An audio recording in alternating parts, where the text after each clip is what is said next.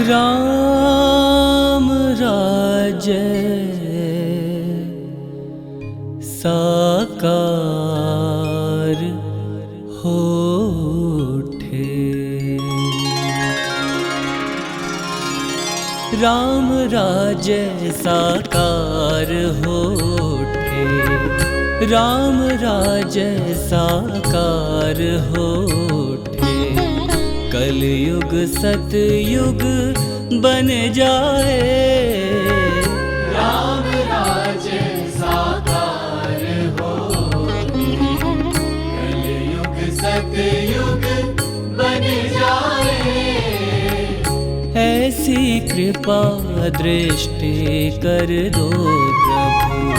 ऐसी कृपा दृष्टि कर दो प्रभु। स्वर्ग धरा पर आ जाए। राम राज्य साकार होठे। राम राज्य साकार होठे।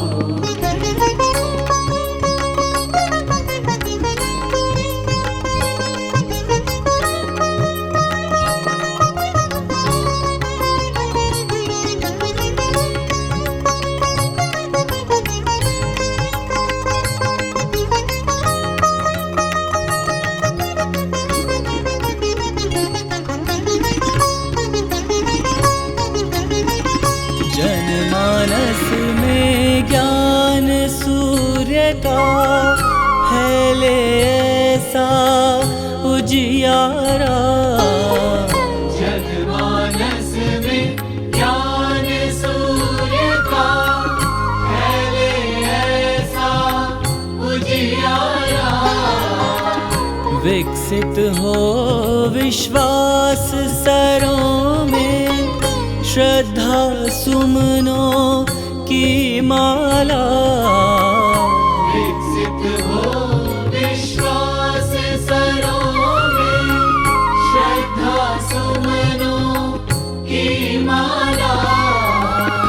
दैहिक दैविक भवतापों से। दैहिक दैविक भवतापों से सब मानव मुक्ति पाए। राम राज्य साकार होठे। राम राज्य साकार होठे।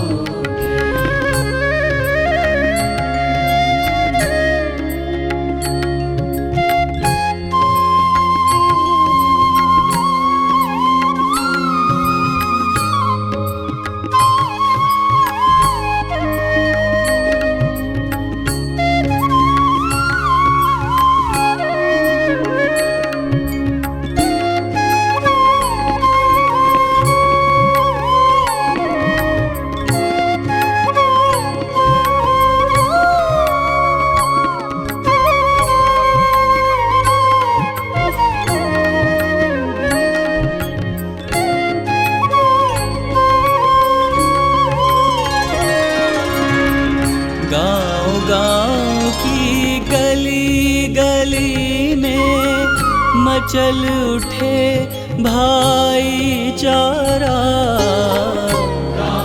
गाँव की गली गली में मचल उठे भाईचारा।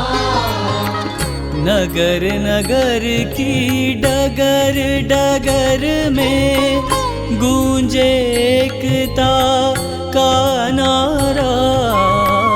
नगर नगर की डगर डगर में गूंजे एकता का नारा।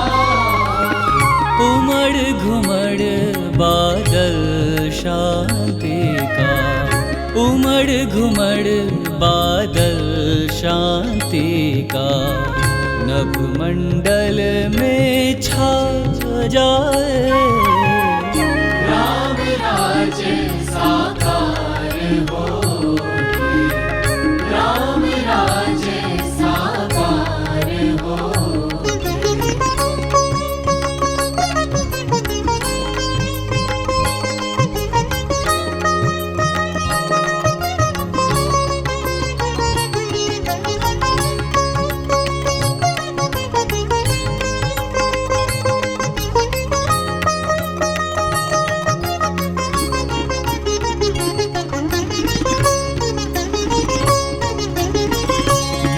जाए भय ऊंच नीच का और विषमता की खाई। मिट जाए भय ऊंच नीच का और विषमता की खाई। अखिल विश्व बंधुत्व भाव की बाजे घर घर शहनाई। अखिल विश्व बंधुत्व भाव की बाजे घर घर शहनाई।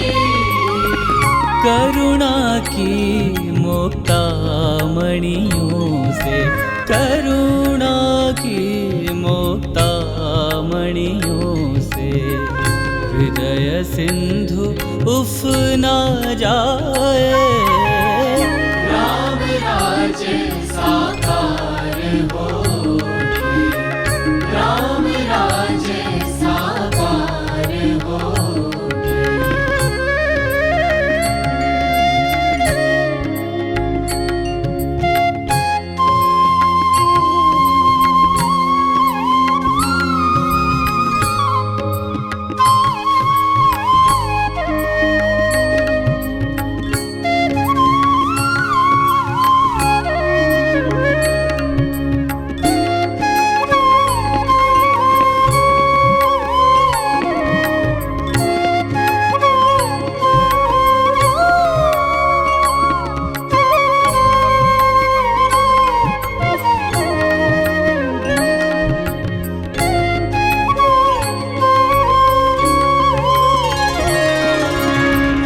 सत्संगति समीर की शीतल मंद चल उठे पुरवाई।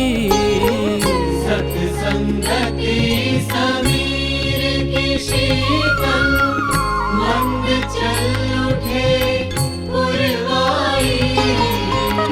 चार पदारथ मकरंद गंध से झूम उठे मन अमराई। चार पदारथ मकरंद गंध से झूम उठे मन अमराई। श्रुति कोकिल कंठों से फूटे, श्रुति कोकिल कंठों से फूटे भजनों की स्वर धाराएं। राम राज्य साकार होके, राम राज्य साकार होके। कलयुग सतयुग बन जाए, ऐसी कृपा दृष्टि कर दो प्रभु, ऐसी कृपा दृष्टि कर दो प्रभु। स्वर्ग धरा पर आ जाए। राम राज्य साकार होके, राम राज्य साकार होके, राम राज्य साकार होके। राम राज्य हो, राम राज्य हो, राम राज्य साकार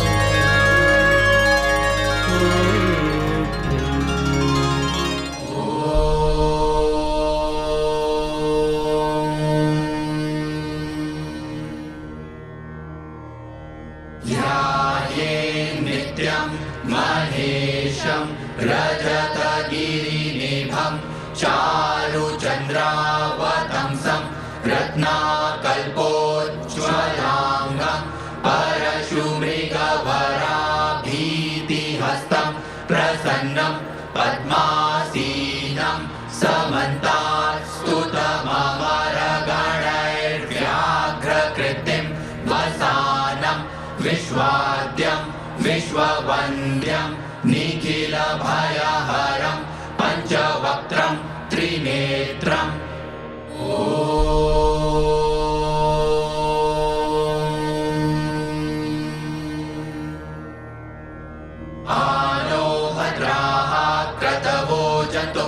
त्वतो दग्धासो अपनीता स उद्भिदः देवानो जथा सदमिद्वृधे असन्नप्रायुवो रक्षितारो दिवे दिवे देवानां भद्रासु मतिर्विजूयतान् देवानागुरातिरभिनो निवर्तताम् देवानागुसंख्यमुपसेदिमा वयं देवान आयुः प्रतिरन्तु जीवसे तान् पूर्वयानि विदाहुमहे वयं भगमित्रमदितिं दक्षमश्रिधम् अर्चमणं वरुणगुं सोममश्विना सरस्वती नः सुभगा मयस्करत्त तन्नो वातो मयो भुवातु भेखजन्तन्माता पृथिवी तद्पिता द्यौः तद्ग्रावाणः सोमसुतो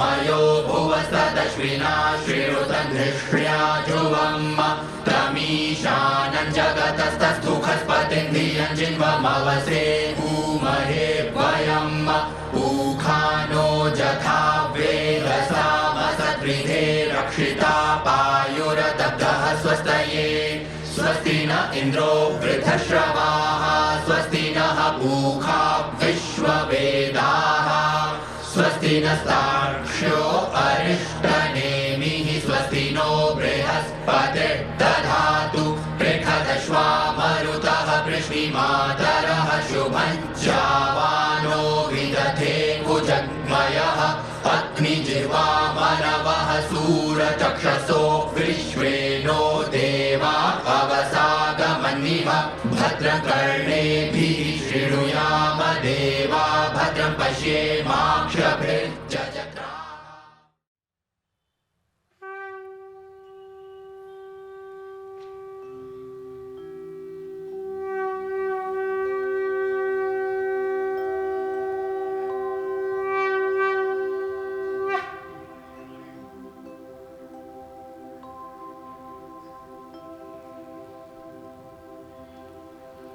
राम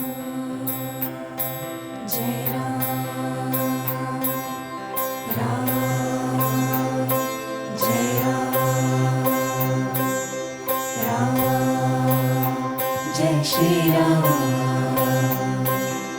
राम जय श्री राम।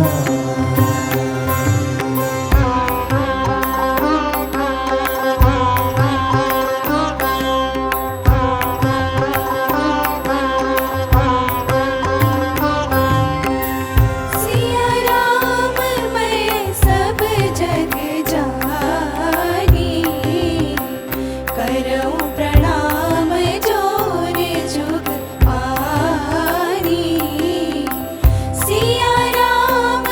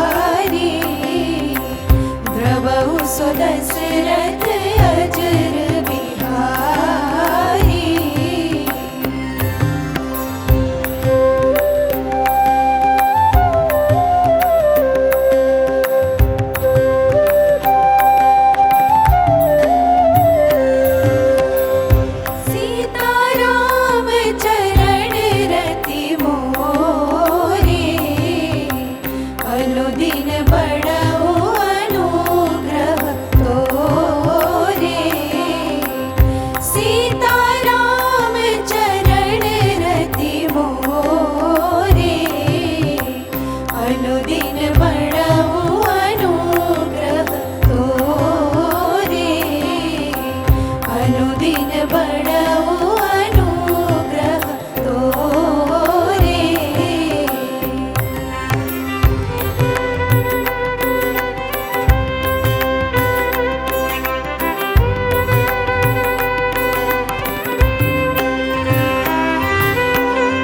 बिन सत्संग विवेक न होए, राम कृपा बिन सुलभ न सोए।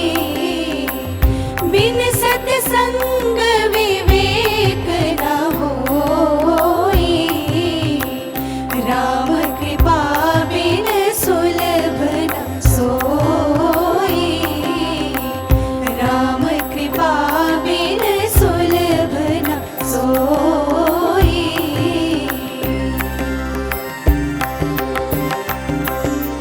राम सिया राम जय जय राम। राम सिया राम जय जय राम। राम सिया राम जय जय राम।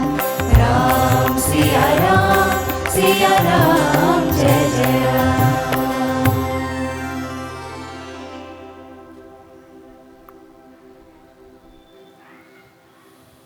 साकेते स्वर्णपीठे मणिगण खचिते कल्पवृक्षस्य मूले, नानारत्नौघपुञ्जे कुसुमित विपिने नेत्रजा स्वच्छकोले।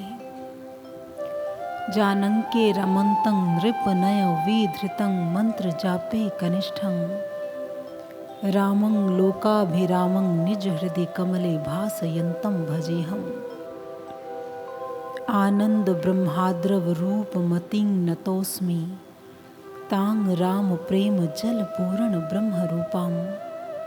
ब्रह्मादिभिः सुखरहिः समुपास्यमानां, लक्ष्म्यादिभिश्च सखीभिः परिसेव्यमानां। तां राघवेन्द्र नगरीं निरतां नमामि। तां राघवेन्द्र नगरीं निरतां नमामि।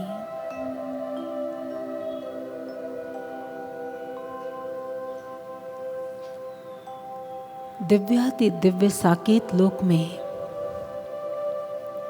भगवान के नेत्र जल से उत्पन्न सरयू नदी के निर्मल कूल पर एक पुष्पित कानन है, जिसके अंतर्गत कल्प वृक्ष के मूल में एक रत्न जड़ित सिंहासन है, जिस पर राजनीति के धुरंधर समस्त संसार का कल्याण कर देने वाले लोक सुखदायक प्रभु श्री राम अध्यासीन हैं। हम उन प्रभु श्री राम जी के चरणों में बारंबार नमन अर्पित करते हैं, वंदन अर्पित करते हैं। बोलिए सियावर रामचंद्र महाराज ने। हम नमन अर्पित करना चाहते हैं श्रेष्ठ नदी सरयू को, जो भगवान के नेत्र जल से उत्पन्न होने के कारण ब्रह्म स्वरूपिणी है। हम नमन करना चाहते हैं अपने राघवेंद्र प्रभु की जन्मस्थली अयोध्या को, जो अत्यंत पवित्र है और जिसका उच्च कोटि के देवताओं के द्वारा स्तवन किया जाता है। हम नमन करना चाहते हैं उस परम पवित्र नगरी अयोध्या को। महापुरुषों ने, संतों ने प्रभु की जन्मस्थली अयोध्या को बारंबार नमन किया है। संस्कृति की संवाहिका भारत भूमि का यदि हमें दर्शन करना है, यदि हम संस्कृति की संवाहिका भारत भूमि को देखना चाहते हैं, तो इसके श्रेष्ठ, पवित्र एवं सांस्कृतिक नगरों को देखिए। यह नगर भारतवर्ष की एकात्मता के सूत्र हैं, गहरे सूत्र। हमारे महापुरुषों ने प्रभु की जन्मस्थली की बड़ी महिमा गाई है।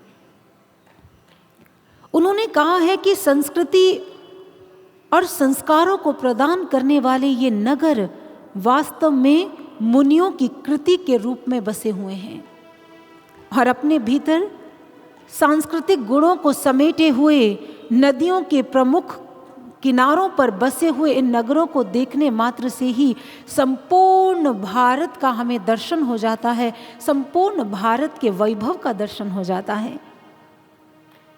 वास्तव में यह नगर हमारी सांस्कृतिक एकता के प्रतीक हैं। कहते हैं कि जब तक भारत का भाल हिमालय अडिग है, 12 ज्योतिर्लिंग, 52 शक्तिपीठ, 4 धाम, कुंभ स्थल और सप्तपुरियां जो इस देश के प्राण हैं, जब तक ये अडिग हैं तब तक हिंदू संस्कृति को कोई भी नष्ट और भ्रष्ट कर ही नहीं सकता है। ये प्राण हैं भारत के। और यदि हम बात करें अपनी भारतीय संस्कृति और संस्कारों की, तो ये नगर वास्तव में हमारे भारत में रचे बसे हैं, युगों से लेकर युगों तक रचे बसे रहेंगे। और भारतीय संस्कृति के साथ साथ भारतीयों के हृदय में भी उनका स्थान है। यदि हम बात करें प्रभु श्री राम जी की जन्मस्थली अयोध्या की, तो आपको क्या लगता है, क्या प्रभु की अयोध्या नगरी मात्र एक नगर या बस्ती है? नहीं, प्रभु श्री राम जी की जन्मस्थली अयोध्या कोई नगरी या बस्ती नहीं है, अपितु वो हिंदू संस्कृति के उज्जवल इतिहास का स्वर्णिम अध्याय है। हमारी अयोध्या नगरी स्वर्णिम अध्याय। और जब तक ये स्वर्णिम अध्याय है, हम इससे सीखते रहेंगे। क्या आप जानते हैं, इस नगरी की जन्म गाथा जो है वो हमारे जन्म से भी पुरानी है, हमारे जन्म से भी पुरानी। और यही वो नगरी है जिस नगरी से संस्कृति और संस्कारों की गंगा की अजस्र धारा संपूर्ण विश्व में प्रवाहित हुई और उसने संपूर्ण विश्व को ज्ञान, भक्ति और विज्ञान से सिंचित कर दिया। ये वही नगरी है जो युगों से लेकर युगों तक संपूर्ण मानव जाति के समक्ष ज्ञान की रश्मियों को बिखेरती आई है और बिखेरती रहेगी। ये ऐसी पवित्र नगरी है। और भगवान के शीर्ष पर स्थापित होने के कारण, सुदर्शन चक्र पर वास होने के कारण यह नगरी अत्यंत ही पवित्र एवं रहस्यमयी है। और युगों से भक्त और संत इस नगरी को नमन करते आए हैं, इस नगरी को वंदन करते आए हैं। और यह सृष्टि की आदि नगरी है जिसे महाराज मनु ने रचाया व बसाया था। हमारे शास्त्र, हमारे वेद तो यहाँ तक कहते हैं कि देवगण भी इस पवित्र नगरी में जन्म लेने के लिए, वास करने के लिए तरसते हैं, तड़पते हैं कि जिस पवित्र नगरी में हमारे प्रभु का आगमन हुआ, उस नगरी में एक बार मौका मिल जाए जाने का, सुअवसर मिल जाए। ऐसी पवित्र नगरी है ये। और वेदों में बड़ा सुंदर वर्णन आता है इस नगरी के प्रादुर्भाव के विषय में। हमारे वेद, हमारे पुराण कहते हैं कि एक बार संपूर्ण सृष्टि पर जल प्लावन हो गया। और जिस समय जल प्लावन हुआ, सारी पृथ्वी, सारे जीव जल में डूबने लगे। और जैसे ही जल में डूबने लगे, पृथ्वी नष्ट होने लगी, तो चहुं ओर त्राहि त्राहि मच गए। सभी अपने प्राणों की रक्षा करने के लिए इधर उधर भाग रहे हैं कि किसी तरह से इस जल से हम सुरक्षित हो जाएं, लेकिन कैसे होंगे? ऐसा लग रहा है कि मानो संपूर्ण प्रकृति महाकाल का रुद्र रूप धारण कर समस्त सृष्टि को लीलती हुई जा रही है। समस्त जीव अपने प्राणों की सुरक्षा करने के लिए इधर उधर भाग रहे हैं, लेकिन क्या करें, हर और जल ही जल दिखाई दे रहा है। ऐसा लग रहा है कुछ ही क्षणों में ये जल जो है ये संपूर्ण पृथ्वी को अपने में विलय कर लेगा। लेकिन हमारे शास्त्र बहुत अच्छी बात कहते हैं। उन्होंने कहा, भगवान की सृष्टि है और वो सत, रज और तम से इसे निर्मित करते हैं। इसका पालन, इसकी प्रलय, इसका सृजन इन्हीं 3 तत्वों से होता है। और भगवान की प्रकृति कभी भी अपने बीज रूप को नष्ट नहीं होने देती है। वो सदैव अपने बीज रूप को अपने भीतर में सहेज कर रखती है, समेट कर रखती है। यही कारण है कि जिस समय प्रभु ने देखा कि हिमालय की उच्च चोटी पर महाराज मनु ध्यान साधना में लीन हैं, उसी समय प्रभु ने उन्हें आदेश दिया, महाराज मनु अपने नेत्र खोलो, उठो, अब सृष्टि के सृजन का समय आ गया है और तुम्हें इस सृष्टि के सृजन को करना है, इस कार्य में अपनी आहुति डालनी है। कहते हैं कि महाराज मनु ध्यान साधना में गहरे उतरे हुए थे। जिस समय प्रभु की ऐसी ध्वनि सुनी, उन्होंने जल्दी से अपने नेत्रों को खोला। अरे मेरे प्रभु ने मुझे आदेश दिया है कि मुझे सृष्टि के सृजन में अपनी अहम भूमिका निभानी है, लेकिन कैसे, ये तो प्रभु बताकर नहीं गए हैं। अब अपने नेत्रों को खोला, ध्यान की गहराइयों से बाहर आए तो सामने क्या देखा? एक विशाल नौका खड़ी है और उसमें भांति भांति के बीज प्रभु ने स्वयं सुरक्षित रख रहे हैं। जिस समय महाराज मनु ने उस नौका को देखा तो देखते ही समझ गए कि प्रभु का आदेश है कि मैं इस नौका पर सवार हो जाऊं और इन बीजों को सुरक्षित रखूं। और कथा कहती है महाराज मनु ने भगवान का ध्यान किया, उन्हें प्रणाम किया और उस नौका पर सवार हो गए। और जैसे इस नौका पर सवार हुए, दिन और रात का सफर तय करते करते वो नौका बढ़ती चली जा रही है। महाराज मनु को ज्ञान नहीं है कि वो नौका किस दिशा में जा रही है।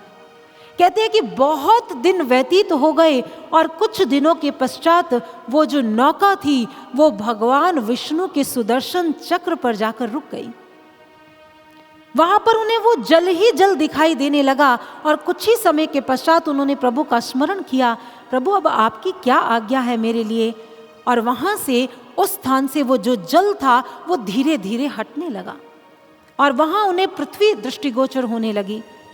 और शास्त्र कहते हैं उस समय मनु ने उस नौका को वहां पर रोक दिया और स्वयं नीचे उतरे और उन बीजों को भी उतारा और सृष्टि का सृजन प्रारंभ किया। हमारे शास्त्रों में निहित है कि उस समय उस स्थान से संस्कृतियों का जन्म हुआ, उस स्थान से संस्कारों का जन्म हुआ, उस स्थान से ना जाने कितने जीवन, कितना सृजन पैदा हुआ। और वो स्थान कोई और नहीं जिसे महाराज मनु ने रचाया व बसाया था, वो कोई और नहीं है, वो प्रभु श्री राम की जन्मस्थली अयोध्या भूमि है जो सृष्टि की आदि नगरी है। आज से पहले हमें इसकी महानता पता ही नहीं थी कि भगवान ने किस प्रकार से सृष्टि में जो आदि नगरी का निर्माण किया वो साक्षात अयोध्यापुरी है। और उस समय महाराज मनु ने प्रभु की आज्ञा को धारण करते हुए वहां से सृजन का कार्य प्रारंभ किया। हमारे गोस्वामी तुलसीदास जी रामचरितमानस में बड़ी सुंदर एक बात कहते हैं। उन्होंने कहा, यूं तो इस नगरी में बड़े बड़े शासक हुए हैं, ये इतनी पुण्य नगरी है जो मनु से लेकर इक्ष्वाकु तक और इक्ष्वाकु से लेकर प्रभु श्री राम जी तक 64 राजाओं ने इस नगरी पर शासन किया है। इतना ही नहीं, सागर को अपना नाम प्रदान करने वाले महाराज सगर और गंगा को भागीरथी की उपाधि देने वाले भगीरथी जी, इसी इक्ष्वाकु कुल में जन्म लिया उन्होंने और इसी से तप निकला, इसी से त्याग की संरचना हुई। महाराज हरिश्चंद्र ने अपना सर्वस्व त्याग दिया सत्य का पालन करने के लिए और यहीं से महाराज रघु ने अपना विस्तार किया राज्यों का पूर्व एशिया तक। इतनी महान नगरी है। और गोस्वामी तुलसीदास जी कहते हैं इस नगरी की साक्षी मात्र देवगण नहीं है, बल्कि इस नगरी के साक्षी सरयू तट भी है जो युगों से इस नगरी का दर्शन कर रहा है।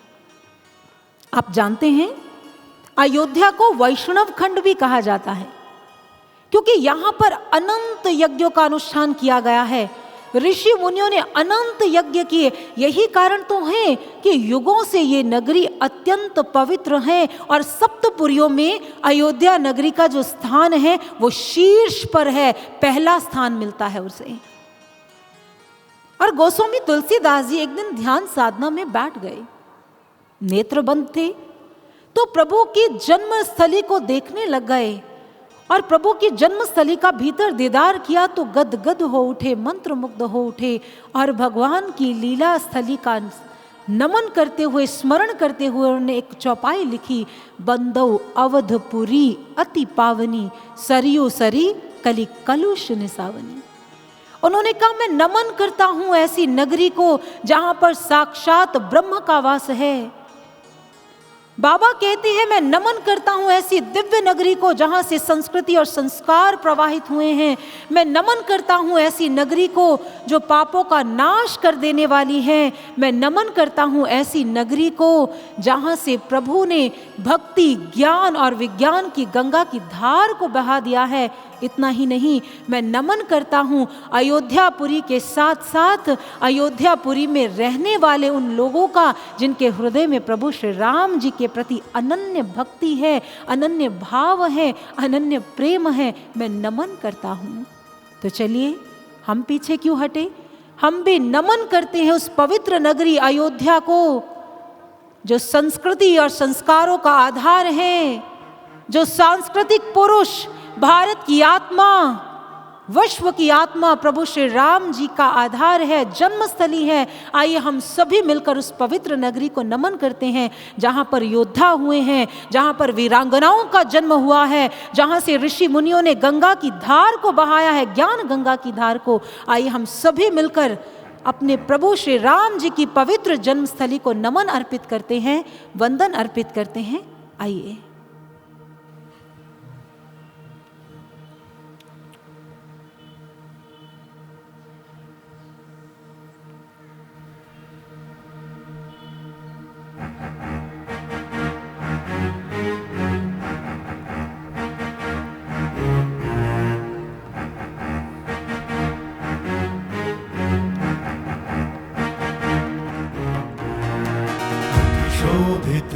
वैभवशाली रहती यहाँ सदा खुशहाली, हाँ खुशहाली।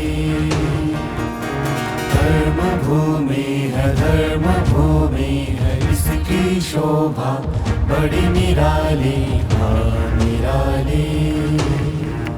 अयोध्या भूमि देव भूमि पुण्य करा अजय सर्वोत्तमा। अयोध्या भूमि देव भूमि पुण्य करा अजय सर्वोत्तमा।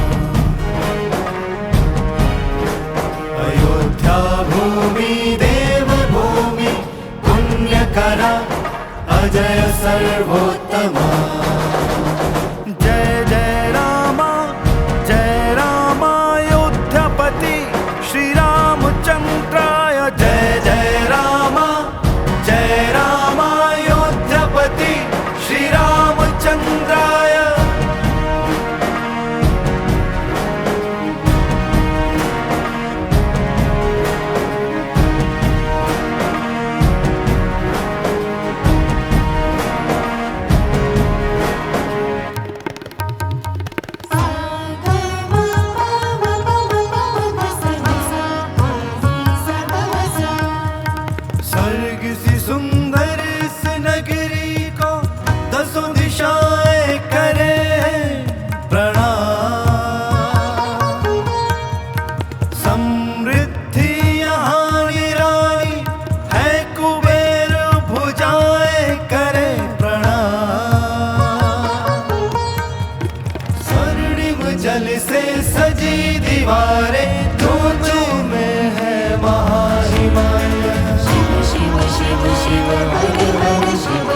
शक्तिशाली यहाँ नारियां दुर्गा भगवती कहलाए। जय जय जय माँ, जय देवी माँ। अयोध्या भूमि देव भूमि पुण्य करा अजय सर्वोत्तमा। अयोध्या भूमि देव भूमि पुण्य करा अजय सर्वोत्तमा। जय जय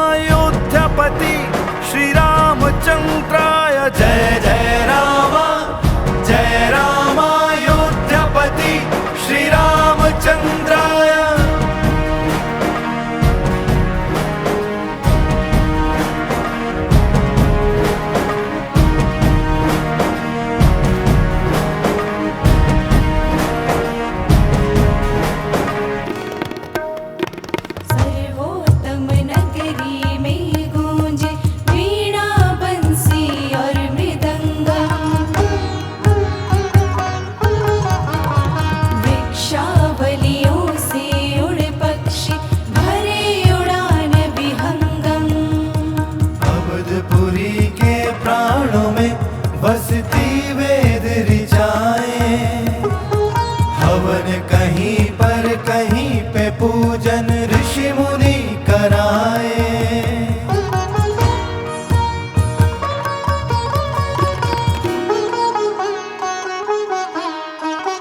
महापुरी की सेना का लोहा मारे दिग दिगंत, महारथी योद्धाओं में यहाँ कौशल दिखे अनंत।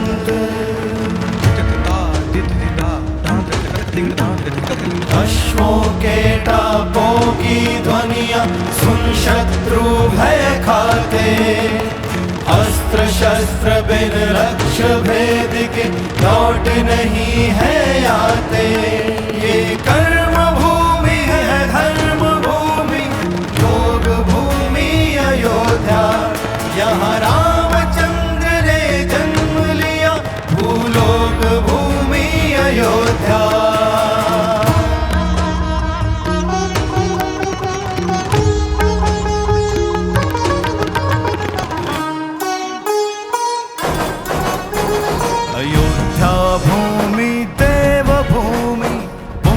करा अजय सर्वोत्तमा, अयोध्या भूमि देव भूमि पुण्य करा अजय सर्वोत्तमा। जय जय राम अयोध्यापति श्री रामचंद्राय। जय जय राम अयोध्यापति श्री राम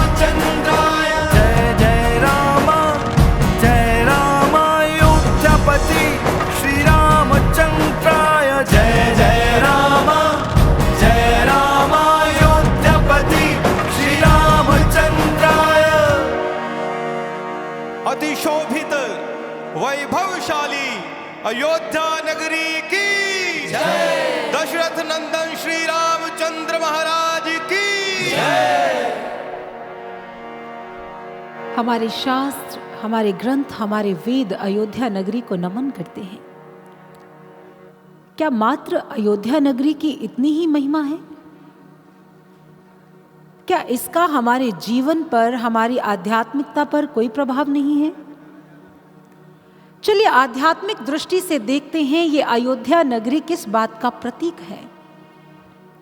हमारे वेद शास्त्र कहते हैं अष्टचक्रा नवद्वार देवा नाम पुर योध्या, तस्यांग हिरण्यमय कोशः स्वर्गो ज्योतिषाकृतः। 8 चक्रों से और 9 द्वारों से निर्मित यह शरीर भी हमारे शास्त्र कहते हैं अयोध्या का प्रतीक ही तो है।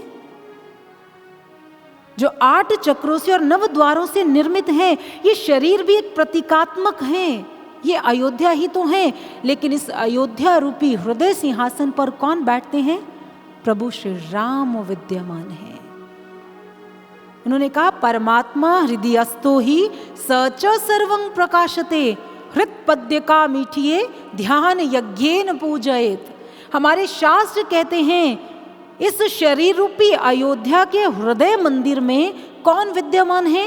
साक्षात प्रभु श्री राम आसीन है, साक्षात प्रभु श्री राम विद्यमान है। लेकिन उन्हें जाना कैसे जा सकता है? ध्यान यज्ञेन पूजयेत। वो ध्यान की गहराइयों में उतरकर जाने जाते हैं। ऐसा क्यों? क्योंकि सूक्ष्मं परमात्मं तत्वं द्रष्टव्यम ज्ञान चक्षुषा। वो कहते हैं कि वो ब्रह्म राम जो है ना, जो हमारे अंतस में है, हमारे हृदय रूपी गुफा में विद्यमान है, वो अत्यंत सूक्ष्म है, सूक्ष्म से भी सूक्ष्म। और उस सूक्ष्म तत्व को ऐसे हम नहीं जान सकते हैं, इन बाहरी नेत्रों से तो पहचान ही नहीं सकते हैं। चाहे कितना भी प्रयास कर लें, हम नहीं उतर सकते भीतर। उसके लिए क्या कहते हैं? द्रष्टव्यम ज्ञान चक्षुषा। यदि आप उस सूक्ष्म तत्व को जानना चाहते हैं, यदि आप उस सूक्ष्म तत्व को देखना चाहते हैं, तो उसका एक ही उपाय है, एक ही समाधान है, एक ही युक्ति है, और वो है ज्ञान चक्षुषा, अर्थात वो दिव्य नेत्र, वो दिव्य चक्षु। जब हमारे जीवन में पूर्ण सद्गुरु का आगमन होगा, जो हमारे कपाट खोल देगा, वो दिव्य चक्षु खोल देगा, फिर हम भीतर प्रवेश करेंगे शरीर रूपी अयोध्या में और प्रभु श्री राम जी का दर्शन भी करेंगे। और तब हम अपनी भक्ति की यात्रा को प्रारंभ कर सकते हैं, भक्ति की यात्रा को शुरुआत कर सकते हैं। उसकी ज्ञान चक्षु की आवश्यकता है। और आज इसी पवित्र भूमि का चुनाव किसने किया है? प्रभु श्री राम जी ने। जिस समय समस्त देवगण प्रार्थना करते हैं प्रभु के चरणों में, भगवान विष्णु के चरणों में, कि राक्षसों का अत्याचार चरमोत्कर्ष पर पहुंच गया है, प्रभु हमारी रक्षा करें। और उस समय प्रभु घोषणा करते हैं कि मैं अयोध्या में जन्म लेकर धर्म की संस्थापना करूंगा और अधर्म का नाश करूंगा। प्रभु ने स्वयं अयोध्या नगरी का चुनाव किया। और गोस्वामी तुलसीदास जी हमें रामचरित मानस में अयोध्या नगरी की ओर लेकर जाते हैं। उन्होंने कहा, अवधपुरी रघुकुल मणि राव, वेद विदित तेहि दशरथ नाव। उन्होंने कहा, इस पवित्र नगरी के शासक जानते हैं कौन है? इस नगरी के शासक हैं महाराज दशरथ जी। गोस्वामी तुलसीदास जी ने महाराज दशरथ जी का बड़ा विस्तार से विवरण दिया है, बड़े विस्तार से। उन्होंने महाराज दशरथ जी के चरणों में वंदन भी किया, महाराज दशरथ जी के चरणों में नमन भी किया। तो एक दिन गोस्वामी तुलसीदास जी नमन कर रहे थे, बंदऊ अवध भुआल सत्य प्रेम जिमि राम पद, कि मैं महाराज दशरथ जी के चरणों में वंदन करता हूं। तो कुछ सज्जन लोग उनके सामने बैठे हुए थे। तो उन्होंने कहा, बाबा आप एक संत होकर एक राजा की वंदना कर रहे हैं, ये बात कुछ जची नहीं है, कुछ अटपटी सी बात है। तो गोस्वामी तुलसीदास जी मुस्कुरा दिए। उन्होंने कहा, मैं किसी राजा की वंदना नहीं कर रहा हूं, मैं उसकी वंदना कर रहा हूं जिसके हृदय में क्या है? सत्य प्रेम जिमि राम पद, जिनका प्रभु श्री राम जी के चरणों में प्रेम है, मैं उस भक्त की वंदना कर रहा हूं। तो उन्होंने कहा, बाबा यूं तो इक्ष्वाकु कुल में बड़े बड़े योद्धा हुए हैं, बड़े बड़े तपस्वी हुए हैं, आप उनकी तो वंदना लिखी नहीं। सगर हुए हैं, अंशुमान हुए हैं, दिलीप हुए हैं, राजा भगीरथी हुए हैं, जिन्होंने क्या किया? अपनी कठोर तपस्या से गंगा को धरती पर उतार दिया। आपने उनका तो अभी तक नमन किया ही नहीं। जिस समय गोस्वामी तुलसीदास जी ने सुना तो वो मुस्कुराते हुए बोले, बंधु भगीरथी ने तो तप कर कर गंगा को धरती पर उतारा है, लेकिन महाराज दशरथ जी ने तो उसे धरती पर उतार दिया जिसके चरणों से गंगा निकली है। वो तो अत्यंत वंदनीय है, उनको नमन करना आवश्यक है, क्योंकि उन्होंने उनको उतार दिया धरती पर जिनके चरणारविंदों से पवित्र गंगा निकलती है और हम उसमें स्नान करते हैं। नमन है। रामचरित मानस में यूं तो दो नाम ऐसे हैं जो बड़े सामान्य प्रतीत होते हैं। यदि हमारी भारतीय संस्कृति से कोई व्यक्ति अनभिज्ञ है, जिसे हमारी संस्कृति का ज्ञान नहीं है, वो अवश्य कहीं ना कहीं उलझ जाएगा या धोखा खा जाएगा। जानते हैं वो दो नाम कौन से हैं? दशरथ जी और दशमुख। दो नाम ऐसे आते हैं रामचरित मानस में, रामायण में, त्रेता में, जिनमें बड़ी सिमिलैरिटी है। दशरथ और दशमुख, इन दोनों के नाम के साथ दश शब्द का प्रयोग होता है। क्या आपको लगता है कि ये दोनों नाम एक जैसे हैं? ये स्वाभाविक बात है, इसके पीछे कोई कारण नहीं है। हमारे शास्त्र कहते हैं ये दशमुख और दशरथ दोनों के साथ दश शब्द लगाया जाता है। यूँ तो हमारे समस्त विश्व में जितनी भी शारीरिक संरचना हुई है ना, वो कहाँ कैसे हुई है? दश से ही तो हुई है। लेकिन बाबा कहते हैं भले हमारी शरीर की संरचना 10 इंद्रियों से हुई है, लेकिन इस 10 के बाद भी हमारा रंग, रूप, भाषा, चॉइसेस, हमारा मत, हमारा मतांत्र सब भिन्न है। और ये जो भिन्नता है ना, यही रथ को और मुख के अलगाव को, ये दोनों चीजों को हमारे समक्ष रख लिया। हम विचार करें कि दशमुख, जिसके 10 मुख थे, 10 सिर थे, जानते हैं क्यों? ये किस बात का प्रतीक है? ये 10 सिर एक प्रतीक हैं हमारी इच्छाओं के, हमारी कामनाओं के, जो प्रकट होती रहती हैं। कहते हैं कि एक बार जब सिकंदर विश्व विजय के लिए निकला, तो अहंकार में, गर्व में फूला नहीं समा रहा था कि संपूर्ण विश्व को मैं अपनी शक्ति से जीत लूंगा। और जिस समय उसका भारत में आगमन हुआ तो विश्व विजय के लिए निकला हुआ सिकंदर गर्व से चल रहा है कि अब धीरे धीरे मैं संपूर्ण विश्व को जीत लूंगा। कहते एक दिन उनके शिविर में भारत के एक औले धौले संत फकीर संत कल्याण ने प्रवेश किया और बेधड़क सिकंदर के सामने जाकर खड़े हो गए और आंखों में आंखें डालकर बोले, अरे मूर्ख सिकंदर, तुम विश्व विजय के लिए निकले हो, लेकिन तुम्हें पता ही नहीं है तुम मन और कामनाओं की रस्सी में किस तरह से बंधते जा रहे हो, जकड़ते जा रहे हो, और एक दिन यही रस्सी, यही कामनाएं तुम्हें बांध देंगी और तुम्हारे प्राणों का हरण कर लेंगी। संत कल्याण ने पास पड़े चमड़े पर जोर से पांव रखा और उसका दायां पलड़ा ऊपर हो गया और बाएं पे रखा तो दायां हो गया। उन्होंने कहा, मूर्ख सिकंदर, देख, ये तेरे लोलुप मन की स्थिति है जिसमें ना प्रेम है, ना त्याग है, ना भाव है। ये तेरा मन है। तो सारा जीवन इच्छाओं की डुगडुगी पर नाचता रहता है। ये इच्छाएं एक दिन तुम्हें नष्ट कर देंगी। अगर तुम विश्व विजेता होना चाहते हो तो उसके लिए विश्व को नहीं, अपने मन को, अपनी कामनाओं को जीतना होगा। और जिसने मन को जीत लिया, समझ लो उसने संपूर्ण विश्व को जीत लिया। और जिसने मन को नहीं जीता, वो संपूर्ण विश्व को जीत कर भी हार गया। ये कामनाएं ऐसी हैं। रावण जिस समय एक सर भगवान उसका काटते थे, दूसरा आ जाता, दूसरा काटते थे, तीसरा आ जाता था, भगवान भी नहीं रोक पाते थे। ये इच्छाएं हैं, ये कामनाएं हैं जो निरंतर प्रकट होती रहती है। एक पूरी होती है तो दूसरी आ जाती है। Even God can't stop it. भगवान भी इसे नहीं रोक सकते। इसे रोकने के लिए हमारे पास स्वयं वो युक्ति को प्राप्त करना होगा। ये इच्छाओं का फैलाव है।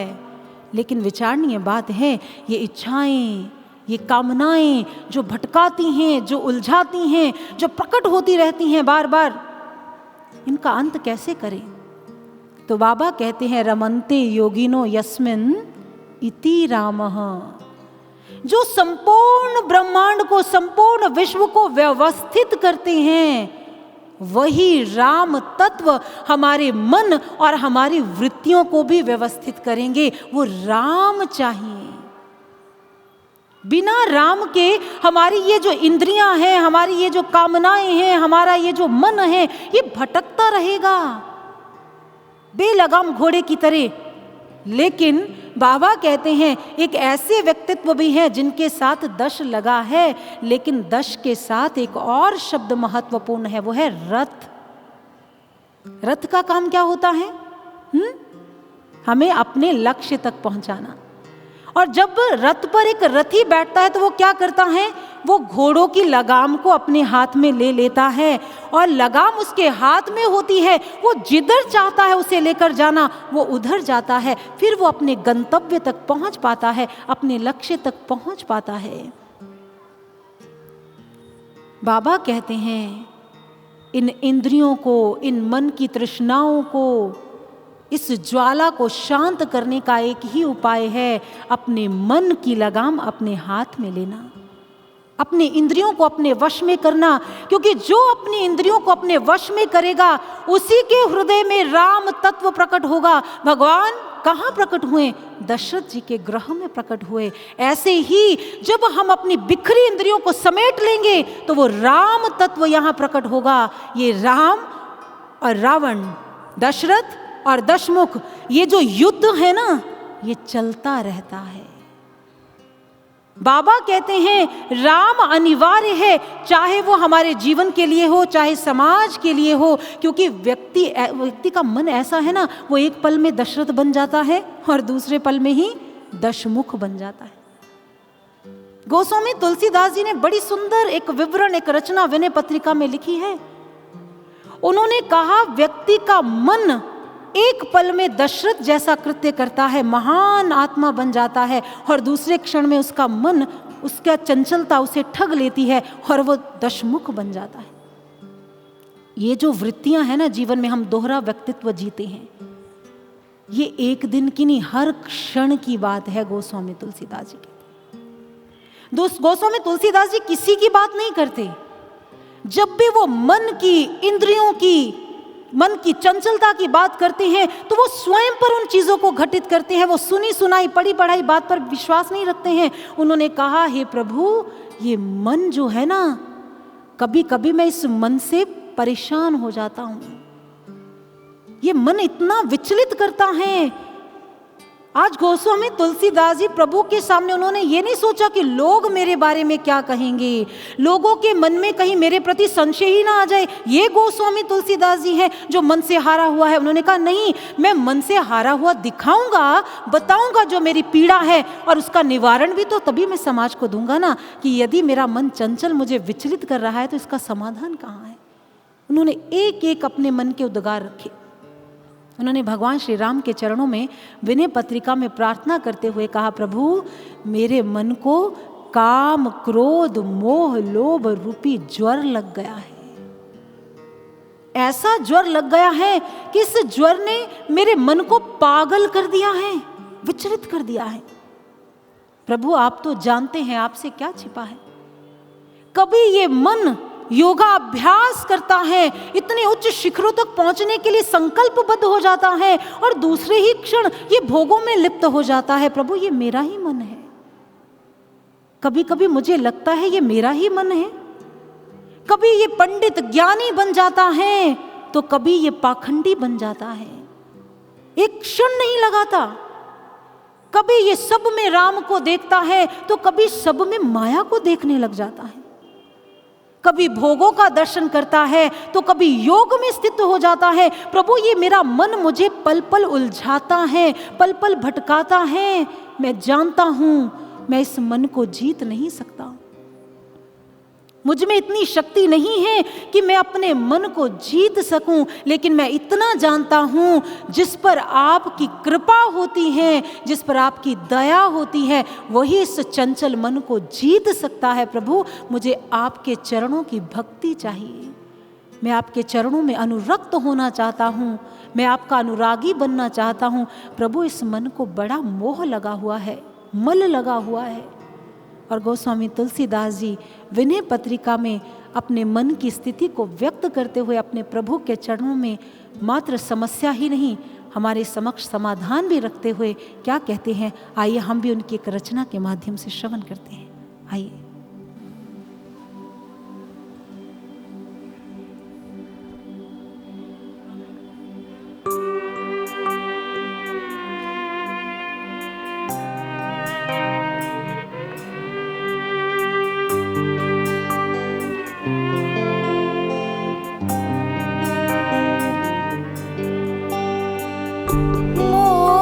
जनित मल लाग विविध विधि, मोह जनित मल लाग विविध विधि, कोटि हो जतन न जाई।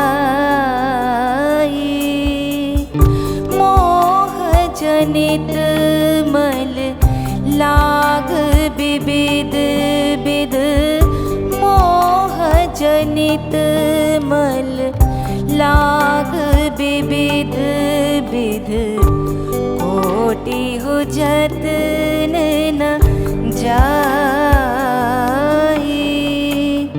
जन्म जन्म अभ्यास निरत चित, जन्म जन्म अभ्यास निरत चित, अधिक अधिक लपटाई। मोह जनित मल लाग विविध विधि, मोह जनित मल लाग विविध विध।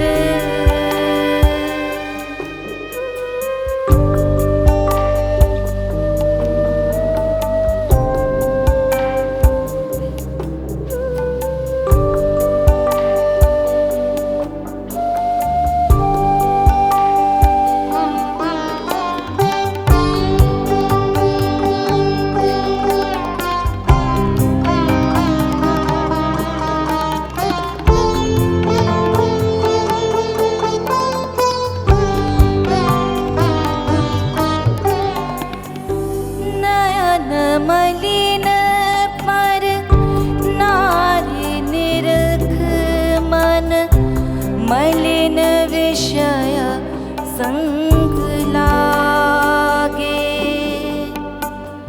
हृदय मलिन वासना मान मद, हृदय मलिन वासना मान मद, जीव सहज सुख त्यागे।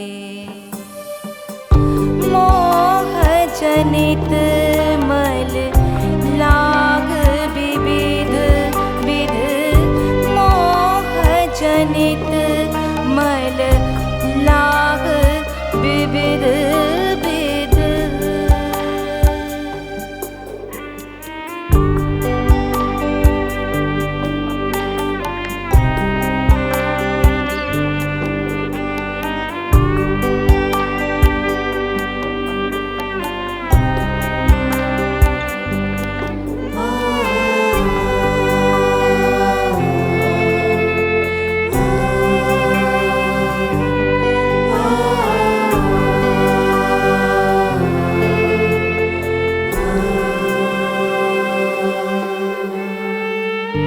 तुलसीदास व्रत दान ज्ञान तप, सुहृद हेतु श्रुति गावे,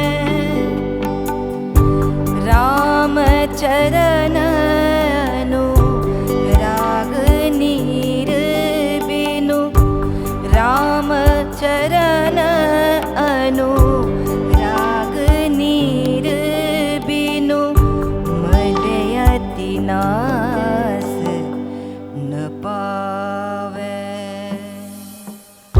मोह जनित मल लाग विविध विधि, मोह जनित मल लाग विविध विधि, कोटि हो जतन न जाए।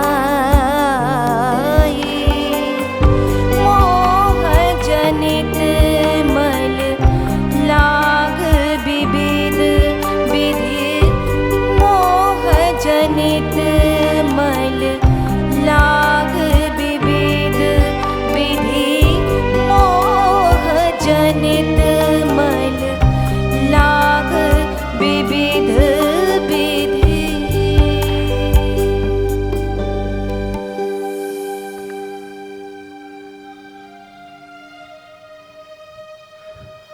जय श्री राम।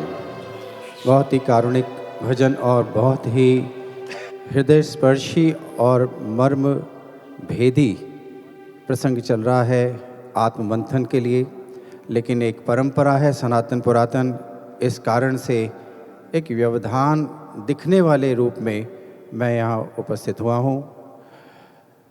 लेकिन इस परंपरा को निभाना आवश्यक है, निर्वाह करना। दीप प्रज्वलन की परंपरा सनातन परंपरा है। इसके लिए मैं आग्रह करता हूँ हमारे मध्य में उपस्थित अतिथिगण, उनका हार्दिक अभिनंदन करते हुए हम उनको आमंत्रित करते हैं मंच के निकट दीप प्रज्वलन के लिए। और साथ में हमारे जो कार्यक्रम के यजमान हैं उनको भी। श्री हनुमान प्रसाद गुप्ता जी चेयरमैन है श्याम ग्रुप ऑफ कंपनीज़ के, अभिनंदन है, कृपया मंच के निकट आएँ आप। श्री जे.के. गुप्ता जी समाज सेवी हैं और डॉक्टर गिरीश नलवाया जी दक्षिण गुजरात प्रांत उपाध्यक्ष हैं विश्व हिंदू परिषद के, आपका अभिनंदन है, कृपया आप मंच के निकट आएँ। श्री हितेंद्र भाई पटेल जी सह प्रवक्ता हैं भारतीय जनता पार्टी गुजरात के, अभिनंदन है, कृपया मंच के निकट आएँ आप। और श्री अतुल मिश्रा जी अभिनंदन है, कृपया मंच के निकट आएँ। श्री अशोक गुप्ता जी चार्टेड अकाउंटेंट हैं, अभिनंदन है आपका। श्री सोमनाथ गुप्ता जी श्री महाराजा अग्रसेन सेवा संस्थान, अभिनंदन है, कृपया मंच के निकट आएँ। श्री रंजीत कुमार झा जी अध्यक्ष है महामना मालवीय मिशन गुजरात से, अभिनंदन है, कृपया मंच के निकट आएँ। श्री आर.वी. गोयल जी और श्री रमेश जी अग्रवाल, अभिनंदन है, कृपया आप मंच के निकट आएँ।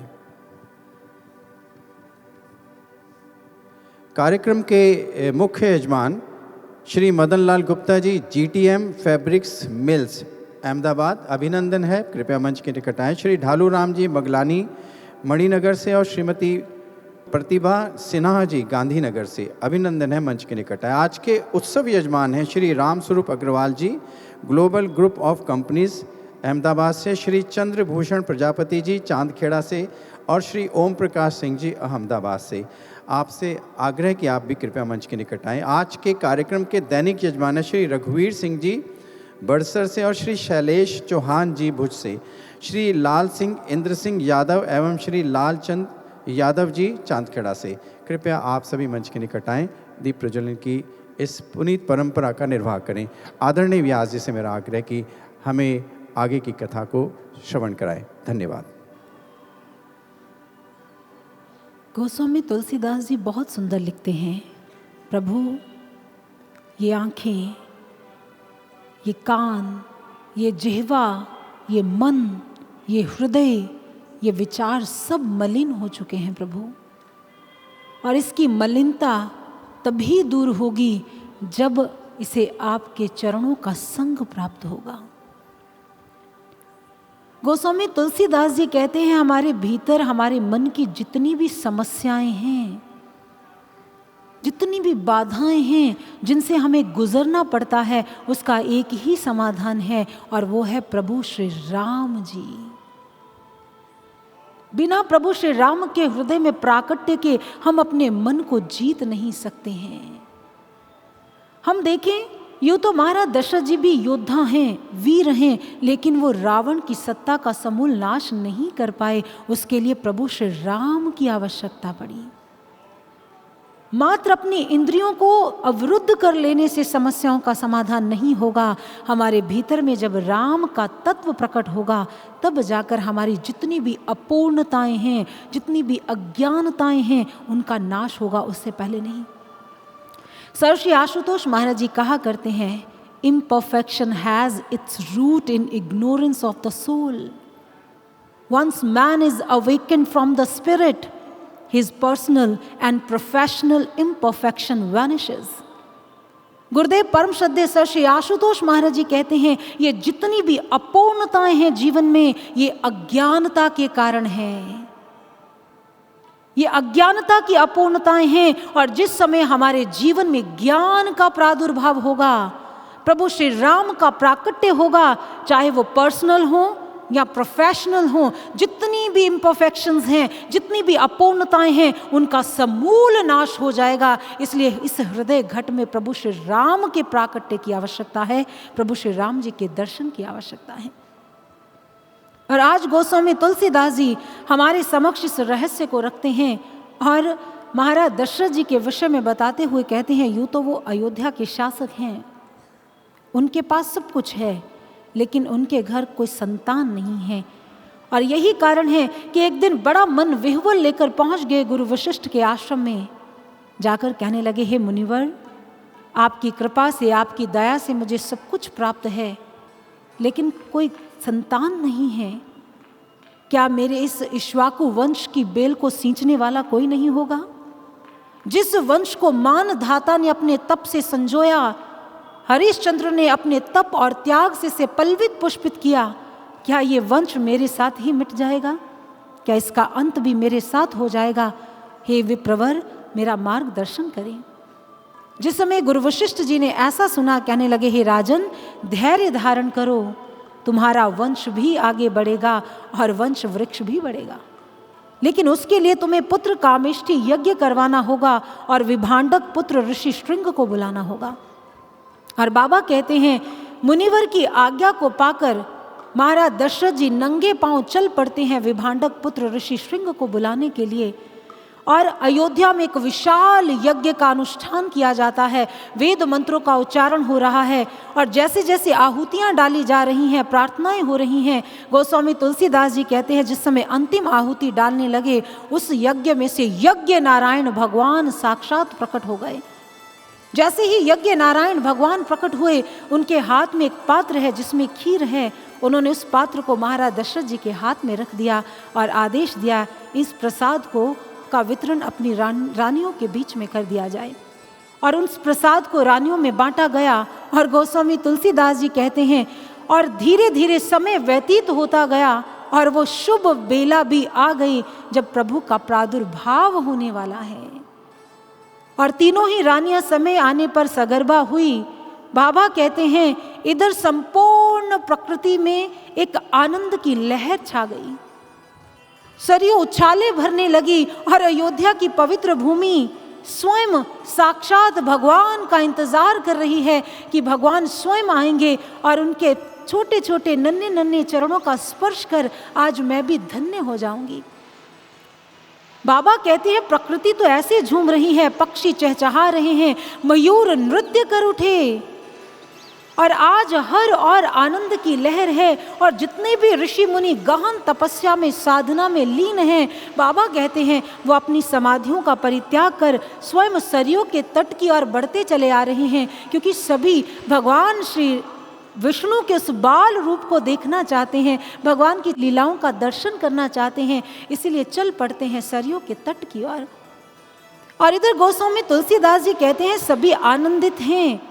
और एक दिन माँ कौशल्या अपने भवन के कक्ष में बैठी प्रभु का ध्यान कर रही है, प्रभु का स्मरण कर रही है। भगवान विष्णु का ध्यान करते हुए जैसे ही नेत्र बंद किए और भगवान को स्मरण किया, प्रभु आप आए, हम आपका इंतजार कर रहे हैं। और जिस समय ऐसे भाव भीतर में प्रकट हुए और उसी समय बाबा कहते हैं कि भवन में एक प्रचंड प्रकाश हुआ और उस प्रकाश में साक्षात भगवान विष्णु प्रकट हो गए। जैसे ही भगवान विष्णु प्रकट हुए, इतना विशाल आकार है, इतने सुंदर रूप को देखकर माँ गदगद हो उठी। माँ ने अपने दोनों नेत्र झट से बंद कर लिए और बाबा कहते हैं भीतर और बाहर दोनों में आज माँ कौशल्या भगवान विष्णु का दर्शन कर रही है, विराट स्वरूप का दर्शन कर रही है। घंटा शंख नगारे बज रहे हैं और ऐसा रसास्वादन है, माँ तो अपनी सुधि भुला बैठी। अद्भुत अद्भुत अलौकिक नज़ारों का दर्शन किया। जिस समय माँ ने अपने नेत्र खोले, भीतर भी वो है, बाहर भी वो है, भगवान को देखकर मंद मंद मुस्कुरा उठी। प्रभु ने कहा, माँ आपने मुझे कहा था कि आप मेरे पुत्र बनकर आ जाएं, तो लो मैं आपका पुत्र बनकर आ गया। जैसे ही प्रभु ने ऐसा कहा, माँ कौशल्या मुस्कुरा दी, कहने लगी प्रभु आप मेरे पुत्र बनकर थोड़ी आए हैं, आप तो मेरे पिता बनकर मेरे सामने खड़े हैं। और जब तक आप पिता बनकर मेरे सामने खड़े रहेंगे तो मैं आपको लाड कैसे लड़ाऊंगी, तो इसके लिए तो आपको पुत्र बनना पड़ेगा। तो भगवान विष्णु मुस्कुरा दिए, कहने लगे माँ यदि आपकी यही इच्छा है तो मैं अभी बाल रूप हो जाता हूँ। और उसी समय भगवान विष्णु ने क्या किया, एक छोटे से बाल रूप में आ गए। जैसे ही छोटे से बाल रूप में आए तो माँ तो प्रसन्न हो गई बाल रूप को देखकर, क्योंकि वो बाल रूप में ही प्रभु को देखना चाहती थी। तो प्रभु ने पुनः पूछा, माँ अब तो प्रसन्न हो ना, अब तो मैं आपकी इच्छा को पूरा करने के लिए बाल रूप में आ गया। जैसे ही माँ ने ऐसा सुना, कहने लगे ना प्रभु अभी भी आप बालक नहीं बने हैं, क्योंकि जो छोटा सा बालक होता है वो आपकी तरह बातें नहीं करता है। जैसे ही ऐसा कहा प्रभु मुस्कुरा दिए। तो उन्होंने कहा फिर माँ क्या करता है, तो उन्होंने कहा वो तो रोता है, वो तो रुदन कर कर ही अपनी माँ को प्रसन्नता देता है और बताता है कि वो आ गया है। प्रभु यदि आपका आगमन हुआ है तो आपको भी तो रुदन करना पड़ेगा।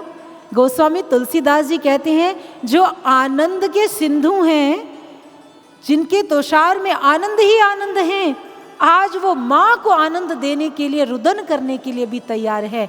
धन्य है भारत की माँ जो ब्रह्म को शिशु रूप में ले आती है, शिशु रूप में बना देती है। धन्य है भारत की माता। ये तो प्रेम है, ये तो प्रेम के नाते हुआ करते।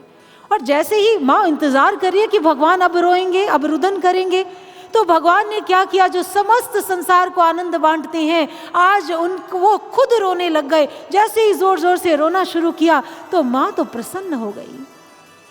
और इधर जैसे ही दासियों को आवाज सुनाई दी, एक शिशु के रुदन की आवाज, चहु और आनंद छा गया। जल्दी से कपाट खोलकर देखा कि श्याम रंग के सुंदर बालक माँ के अंक में आ विराजे हैं। ऐसे सुंदर बालक को देखकर दासियां प्रसन्न हो गई और दौड़ी चली जाती है महाराज दशरथ जी के पास और जाकर कहने लगी, महाराज दशरथ की जय हो, महारानी कौशल्या की जय हो, लाल भयो है कौशल्या के लाल भयो हैं। और ये बात गोस्वामी तुलसीदास जी कह रही पूरी अयोध्या में नहीं, मानो संपूर्ण विश्व में फैल गई कि प्रभु का आगमन हो गया है। और इधर अयोध्या में तो कब ना जाने कब से प्रभु के आगमन का इंतजार हो रहा था। और जिस समय चहुं और खुशियां छा गई, अयोध्या वासियों की तो प्रसन्नता की कोई सीमा ही नहीं है। तो चले हम भी बढ़ते हैं उसी पवित्र नगरी की ओर। तो मुझे यह बताएं कि कौन कौन है जो अयोध्या जाना चाहता है। गुजरात से देखिए, ये भी पुण्य स्थली है, यहाँ पर भी द्वारिका है, सोमनाथ है, ऐसे पवित्र नगर हैं। आने वाले दिनों में उन पे भी चर्चा जरूर करेंगे, ऐसी बात नहीं है। लेकिन गुजरात की पवित्र नगरी से अयोध्या की पवित्र नगरी में कौन कौन जाना चाहता है? हाथ खड़ा करके बताएं जरा। आगे वाले नहीं जाना चाहते क्या? सभी जाना चाहते हैं। तो देख लीजिए भाई, अब गुजरात से आपको वहां तक लेकर जा रहे हैं तो आपको पता होना चाहिए हम कहाँ जा रहे हैं। कहाँ जा रहे हैं? अयोध्या जा रहे हैं। और किस उपलक्ष्य में जा रहे हैं? भगवान का प्रादुर्भाव हुआ है। तो चलिए दोनों हाथ ऊपर जरा, ये बात। जय श्री राम, जय श्री राम। तो चलिए हम भी उसी प्रसन्नता में, उसी आनंद में, उसी उल्लास में सम्मिलित होते हैं और कैसे अयोध्या वासी आनंद मनाते हैं उसी आनंद का आनंद उठाते हैं। आइए।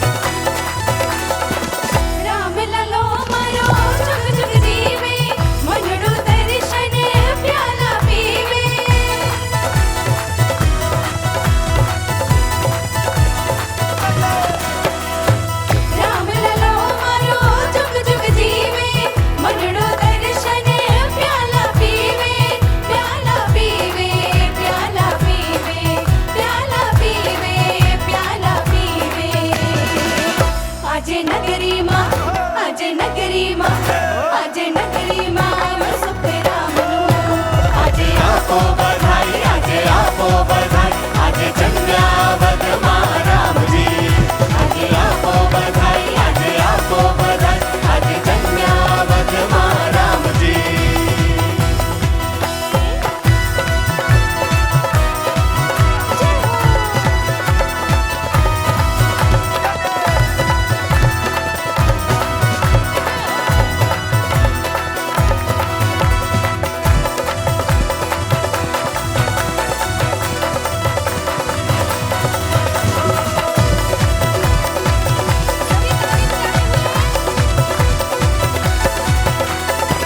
राम कौशल्या ना गोद विराजे दशरथ नु मने घण खुश लागे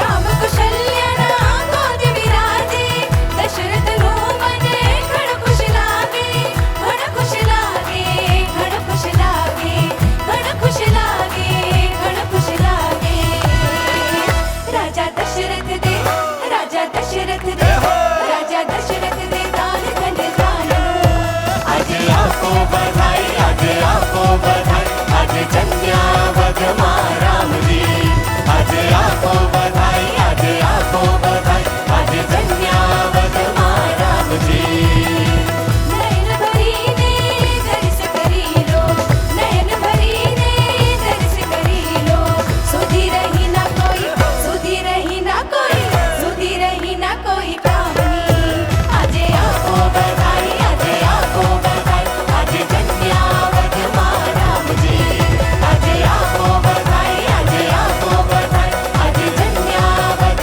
मां राम जी आज आपको बधाई आज आपको बधाई आज जन्यावद मां राम जी आज जन्यावद मां राम जी आज जन्यावद मां राम जी जय श्री राम जय श्री राम जय श्री राम जय श्री राम और गोस्वामी तुलसीदास जी कहते हैं कि इस प्रकार से प्रभु का प्राकट्य अयोध्या की पवित्र नगरी में होता है और चहुं ओर आनंद है, खुशियां हैं, उत्साह है, उल्लास है। जिस समय महाराज दशरथ जी को यह पता चला वो आनंद में डूब गए, नेत्रों से अश्रुधारा प्रवाहित होने लगी कि जिस क्षण को देखने के लिए ना जाने कब से आंखें तरस रही थी, आज वो क्षण आ गया। अत्यंत प्रसन्न हो गए।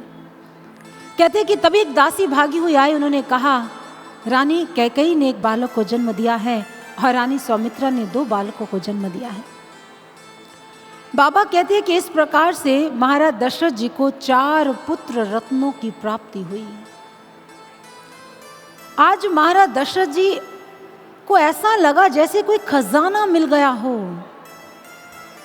जिस प्रकार एक भूखे व्यक्ति को भोजन मिल जाए तो वो कितना आनंदित हो जाता है, उसी प्रकार से आज महाराज दशरथ जी प्रभु श्री राम जी को पाकर अत्यंत आनंदित हो उठे। और इसी आनंद में कच्छुक दिवस बीते यही भांति। बाबा कहते हैं कि इसी आनंद में कुछ दिन व्यतीत होने लगे और जैसे जैसे दिन व्यतीत हो रहे हैं, एक दिन महाराज दशरथ जी ने गुरु वशिष्ठ जी के चरणों में एक आग्रह किया, एक अनुनय विनय करते हुए कहा, गुरुदेव आपकी कृपा से मुझे सब कुछ प्राप्त हो गया। आज ऐसा कुछ नहीं है जो अब मुझे पाना शेष है। बस मेरी एक ही कामना है कि आप मेरे पुत्रों का नामकरण संस्कार करें। मैं इन पुत्रों को क्या कहकर पुकारूं, मैं जानना चाहता हूं। तो गुरु वशिष्ठ जी मुस्कुराते हुए बोले, अवश्य ऐसा ही होगा राजन। और कहते हैं कि नामकरण संस्कार के लिए एक यज्ञ का अनुष्ठान किया गया। बाबा कहते हैं जिसके नाम का आधार, ये संपूर्ण सृष्टि जिसके नाम के आधार पर चलती है, आज उसका नामकरण संस्कार होने जा रहा है। जिसका नाम लेकर भक्त भव से पार हो जाते हैं, जो नाम समस्त लोकों का आधार है, आज उस ब्रह्म का नामकरण संस्कार होगा, उनका नाम रखा जाएगा। यज्ञ का अनुष्ठान हुआ और जैसे ही अनुष्ठान हुआ तीनों रानियां सुंदर वस्त्र अलंकारों से सुशोभित होकर पहुंच गई उस यज्ञ भूमि में। और गुरु वशिष्ठ जी वहां पर अध्यासीन हैं और तीनों रानियों की गोद में उनके बालक विद्यमान हैं। सर्वप्रथम गुरु वशिष्ठ जी ने जिस समय महारानी कौशल्या की गोद में श्याम रंग के बालक को देखा तो गुरु वशिष्ठ के नेत्र मुंद गए। गुरु वशिष्ठ जी ने मन ही मन उन्हें प्रणाम किया, प्रभु के चरणों में नमन किया और उस समय गुरु वशिष्ठ के मुख से एक पंक्ति उच्चरित हुई और गोस्वामी तुलसीदास जी उस चौपाई को व्यक्त करते हुए क्या कहते हैं, आइए हम भी श्रवण करते हैं। जो आनंद सिंधु सुख राशि सी करते त्रैलोक सुपासी सो सुख धाम राम असनामा अखिल लोक दायक विश्रामा।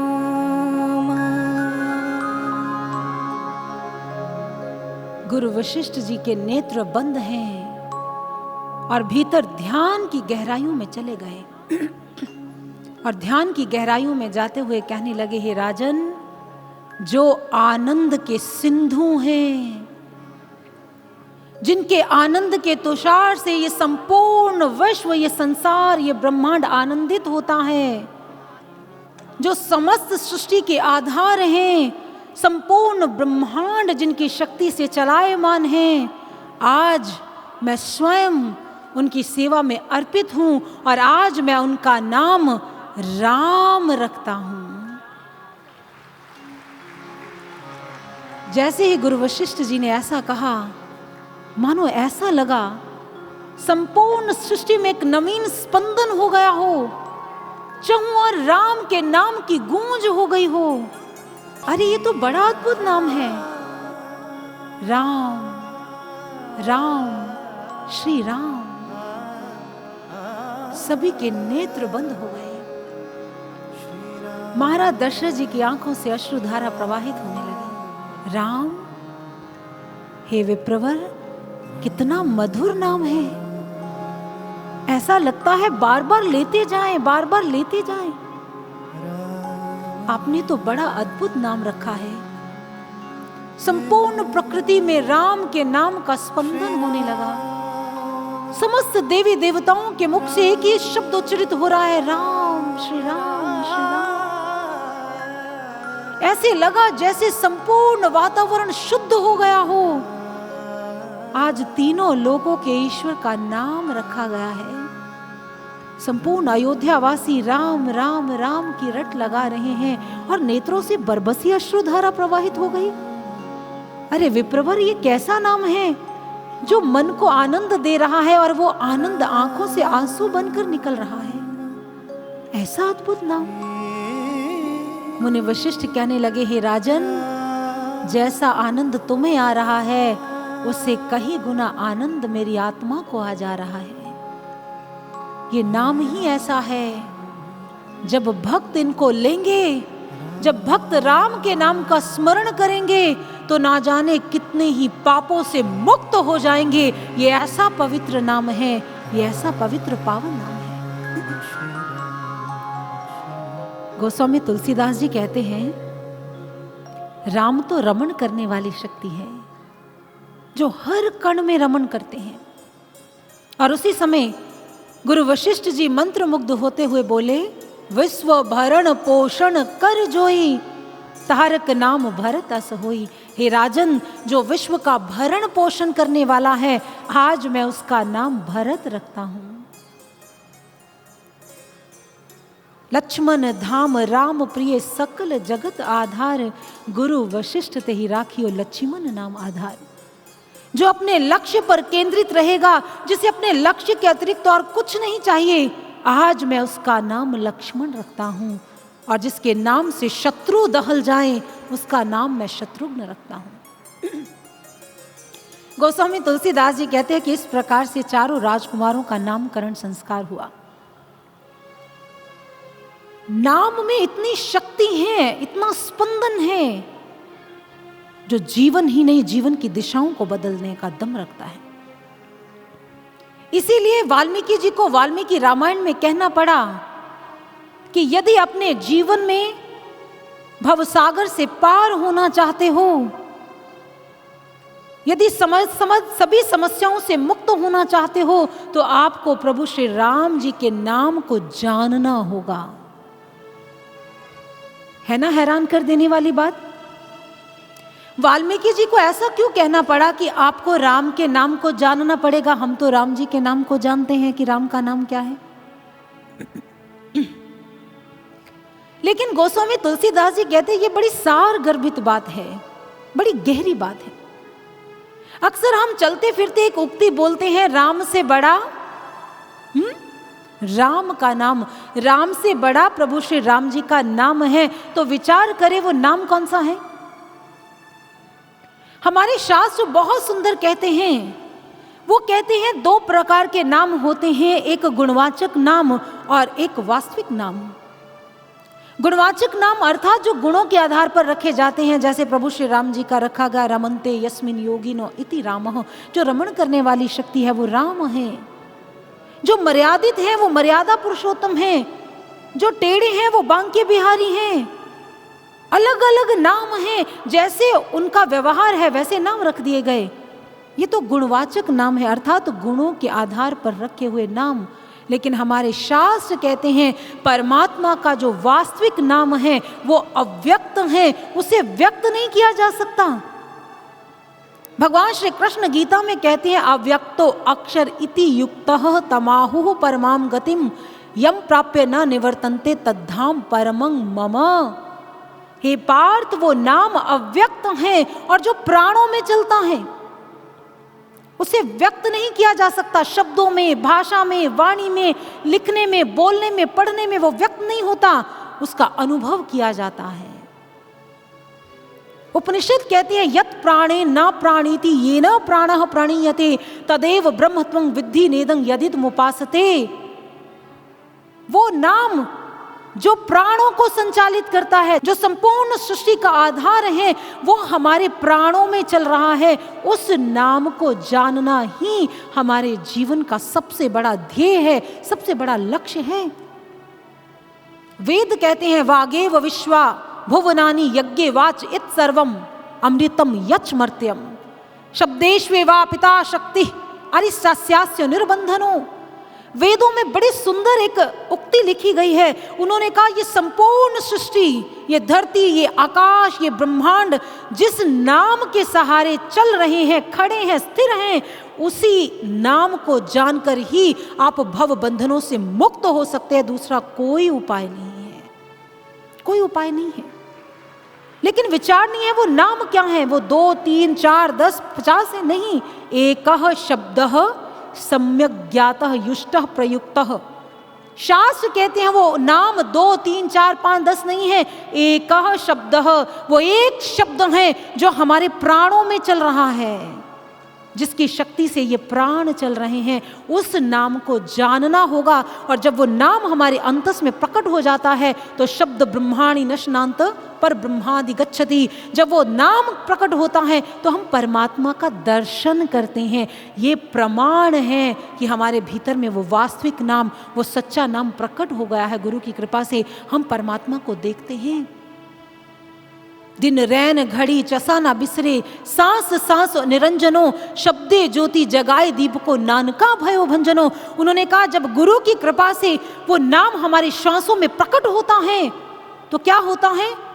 दीपको नानका भयो भंजनो, दीपक, उस ज्योति, उस प्रकाश तत्व का दर्शन होता है। फिर हमारी भक्ति शुरुआत होती है। हम एक ऐसे तत्ववेता गुरु की आवश्यकता है, हम ऐसे गुरु की शरण में जाएं जो उस अव्यक्त नाम को हमारे अंतस में व्यक्त कर दे। उस एक शब्द को जो लिखने, पढ़ने, बोलने में नहीं आता है, उसे प्रकट कर दे। और वो प्रकट जब होगा तब उस ब्रह्म का, उस ईश्वर का दर्शन होगा। ये प्रमाण है, ये हमारे शास्त्र कहते हैं। ये शास्त्रों का उद्घोष है सज्जनों। और आज प्रभु श्री राम जी की ये नामकरण की लीला भी हमें यही समझाना चाहती है कि हम उस सच्चे, उस वास्तविक नाम के साथ जुड़ जाएं। और जब तक नहीं जुड़ेंगे तब तक भव बंधनों से मुक्ति नहीं होगी, तब तक भव बंधनों से पार नहीं हुआ जाएगा। और भक्त बड़ा चतुर होता है, वो जानता है इस अव्यक्त नाम को तो व्यक्त नहीं किया जा सकता, इसलिए वो प्रभु के गुणवाचक नामों की महिमा गाता है। क्योंकि राम राम कहे मुख पवित्र हुए, राम कहने से मुख पवित्र होता है, वातावरण पवित्र होता है। इसकी एक अपनी इम्पॉर्टेंस है, इसकी अपनी एक महत्ता है। और ये नामकरण की लीला हमें उसी वास्तविक नाम की ओर अग्रसर करती है। बाबा कहते हैं ऐसी छोटी छोटी लीलाओं को, छोटी छोटी घटनाएं आज अयोध्या वासियों के जीवन में, महाराज दशरथ के जीवन में हो रही हैं। और रामचरितमानस में गोस्वामी तुलसीदास जी एक बड़ी मार्मिक लीला लिखते हैं। इतनी मार्मिक लीला कि यदि वो जीवन में उतर गई तो जीवन की दिशा बदल जाएगी। गोस्वामी तुलसीदास जी लिखते हैं कि प्रभु श्री राम जी धीरे धीरे घुटनों के बल चलते हैं, कभी चलते हैं, कभी गिरते हैं, और पूरे भवन में परिक्रमा कर रहे हैं, घूम रहे हैं। एक दिन क्या हुआ, प्रभु श्री राम जी एक मणि जड़ित स्तंभ के पास चले गए, जो मानो एक दर्पण की मानिंद ही था। जैसे ही प्रभु श्री राम जी ने उस मणि जड़ित स्तंभ को देखा तो देखकर बड़े प्रसन्न हुए। बाबा कहते हैं प्रभु श्री राम जी को उस मणि जड़ित स्तंभ में कोई और नहीं, स्वयं का ही प्रतिबिंब दिख रहा है। वो स्वयं को ही उस स्तंभ में देख रहे हैं। और देखते ही प्रभु श्री राम जी खिलखिलाकर हंस दिए, बहुत हंसे। और जैसे ही प्रभु श्री राम खिलखिलाकर हंसे, वो बिंब भी जोर जोर से हंसने लग गया। अब प्रभु जैसा जैसा प्रभु करते, वो बिंब भी वैसा वैसा करता। अब प्रभु श्री राम जी को तो खेलने के लिए एक बड़ी अच्छी युक्ति मिल गई। और दूर खड़ी माँ कौशल्या सारा दृश्य देख रही है और अपने लाल को ऐसा करते हुए देखकर उनके मुख पर मुस्कान आ गई। अरे राम तो अपनी ही छवि को देखकर मंत्रमुग्ध हो रहे हैं। और बार बार प्रभु श्री राम अपने छोटे छोटे हाथों से उस दर्पण को छूते हैं, मानो वो उस बालक को जो देख रहे हैं उसे बाहर निकालना चाहते हैं कि चलो मेरे साथ खेलो। लेकिन वो बालक ऐसे कैसे निकलेगा। तो माँ कौशल्या ने जिस समय देखा तो मुख पर मुस्कान आ गई, पहुंच गई, कहने लगी अच्छा तो तुम इसके साथ खेलना चाहते हो। तो प्रभु श्री राम फिर खिलखिलाकर हंस दिए। जैसे ही खिलखिलाकर हंसे तो माँ ने कहा क्यों नहीं, अभी मैं अपने राम को एक ऐसी युक्ति बताती हूँ कि जैसा जैसा तुम करोगे वैसा वैसा वो भी तुम्हारे साथ खेलेगा। तो माँ ने क्या किया, मेरे प्रभु के छोटे छोटे हाथ हैं, दिव्य हाथ हैं, उन छोटे छोटे हाथों को अपने हाथ में पकड़ा और सबसे पहले तो अपने हृदय से लगा लिया। बड़ा प्रेम आ रहा है आज उन्हें प्रभु श्री राम पर। और कभी उसके प्रभु श्री राम जी के हाथ को ऊपर उठाती हैं और जैसे जैसे प्रभु का हाथ उठता है वो बिंब का भी हाथ उठता है। और प्रभु देख रहे हैं कि वो बालक मेरे साथ खेल रहा है। प्रभु भी मुस्कुराते जा रहे हैं। और धीरे से माँ ने कहा अरे इसके साथ और खेलना चाहते, इसे पकड़ना चाहते हो तो ये लो। छोटे से दोनों हाथों को प्रभु के मस्तक पर रख दिया। जैसे ही मस्तक पर रखा तो प्रभु ने जैसे सामने अपने बिंब को देखा, उन्हें ऐसे लगा जैसे मानो उसने प्रभु श्री राम जी ने उस बालक को पकड़ लिया हो कसकर, और ऐसा पकड़ा कि प्रभु मंत्रमुग्ध हो गए। गोस्वामी तुलसीदास जी कहते हैं अरे वाह, ये कैसा दृश्य है। उन्होंने कहा मैंने तो भक्तों को देखा है भगवान की छवि पर मंत्रमुग्ध होते, भगवान की मुखाकृति को देखकर मदमस्त होते, लेकिन आज गोस्वामी तुलसीदास जी कहते हैं मैं पहली बार प्रभु को देख रहा हूं कि प्रभु अपने ही रूप पर मोहित हो गए हैं। बड़ा आश्चर्य हो रहा है मुझे तो। कहते प्रभु की इतना सुंदर रूप है कि प्रभु खुद ही भूल गए कि ये कौन है। आज राम जी अपने बिंब को देखकर प्रसन्नचित्त हो रहे हैं। क्या ये प्रसन्नता सिर्फ प्रभु श्री राम जी की प्रसन्नता है? इसमें एक गहरा दर्शन छिपा है सज्जनों, एक गहरी फिलॉसफी है ये। आज प्रभु श्री राम बताना चाहते हैं जो मैं हूं वही बिंब में है और जो बिंब में है वही मैं हूं। इसमें और मुझ में कोई अंतर ही नहीं है। आपको लगता है ये सिर्फ प्रभु श्री राम जी के लिए है? ये संपूर्ण सृष्टि की ओर आप दृष्टि घुमाकर देखें, चाहे वो जड़ है चाहे वो चेतन है, मुझे लगता है कोई भी ऐसी वस्तु नहीं है जो भगवान से भिन्न हो। सब जगह तो भगवान ही तो हैं, हमारे भीतर भी भगवान है। इसीलिए तो गोस्वामी तुलसीदास जी को कहना पड़ा, ईश्वर अंश जीव अविनाशी। हम ईश्वर के अंश हैं। कैसे अंश हैं? एक एग्जाम्पल से समझते हैं। मान लीजिए आप एक अग्नि कुंड के पास से निकल कर गए हैं और उसमें से एक अंगार छिटक कर आपके हाथ पर डल गया, तो आपको कैसे पता चला ये अग्नि है? कैसे पता चला? उसके ताप से और प्रकाश से। ठीक इसी प्रकार से हमारे शास्त्र कहते हैं, आपने ताप और प्रकाश से उस अग्नि तत्व को पहचान लिया, ये अग्नि है। और अगर आप उसी अंगार को फिर अग्निकुंड में डाल दें तो वो संपूर्ण अग्निकुंड बन जाएगी।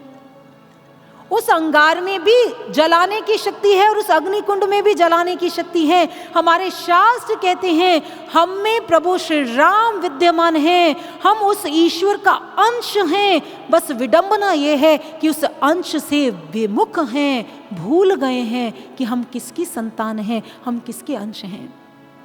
जब गुरु की कृपा से अपने भीतर में परमात्मा को देखेंगे, गुरु की कृपा से अपने भीतर उतरेंगे, तब हम कहेंगे मुझ में और उसमें कोई भेद ही नहीं है। स्वामी राम तीर्थ जी बहुत बड़े संत हुए हैं।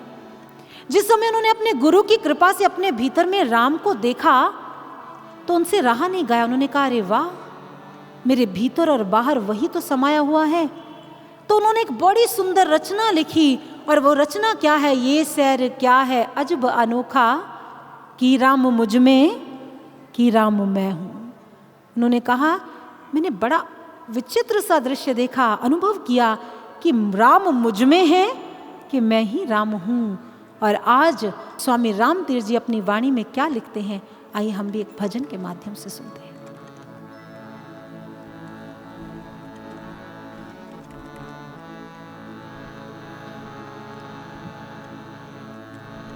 ये सैर क्या है अजब अनोखा, कि राम मुझ में, कि राम मैं हूँ।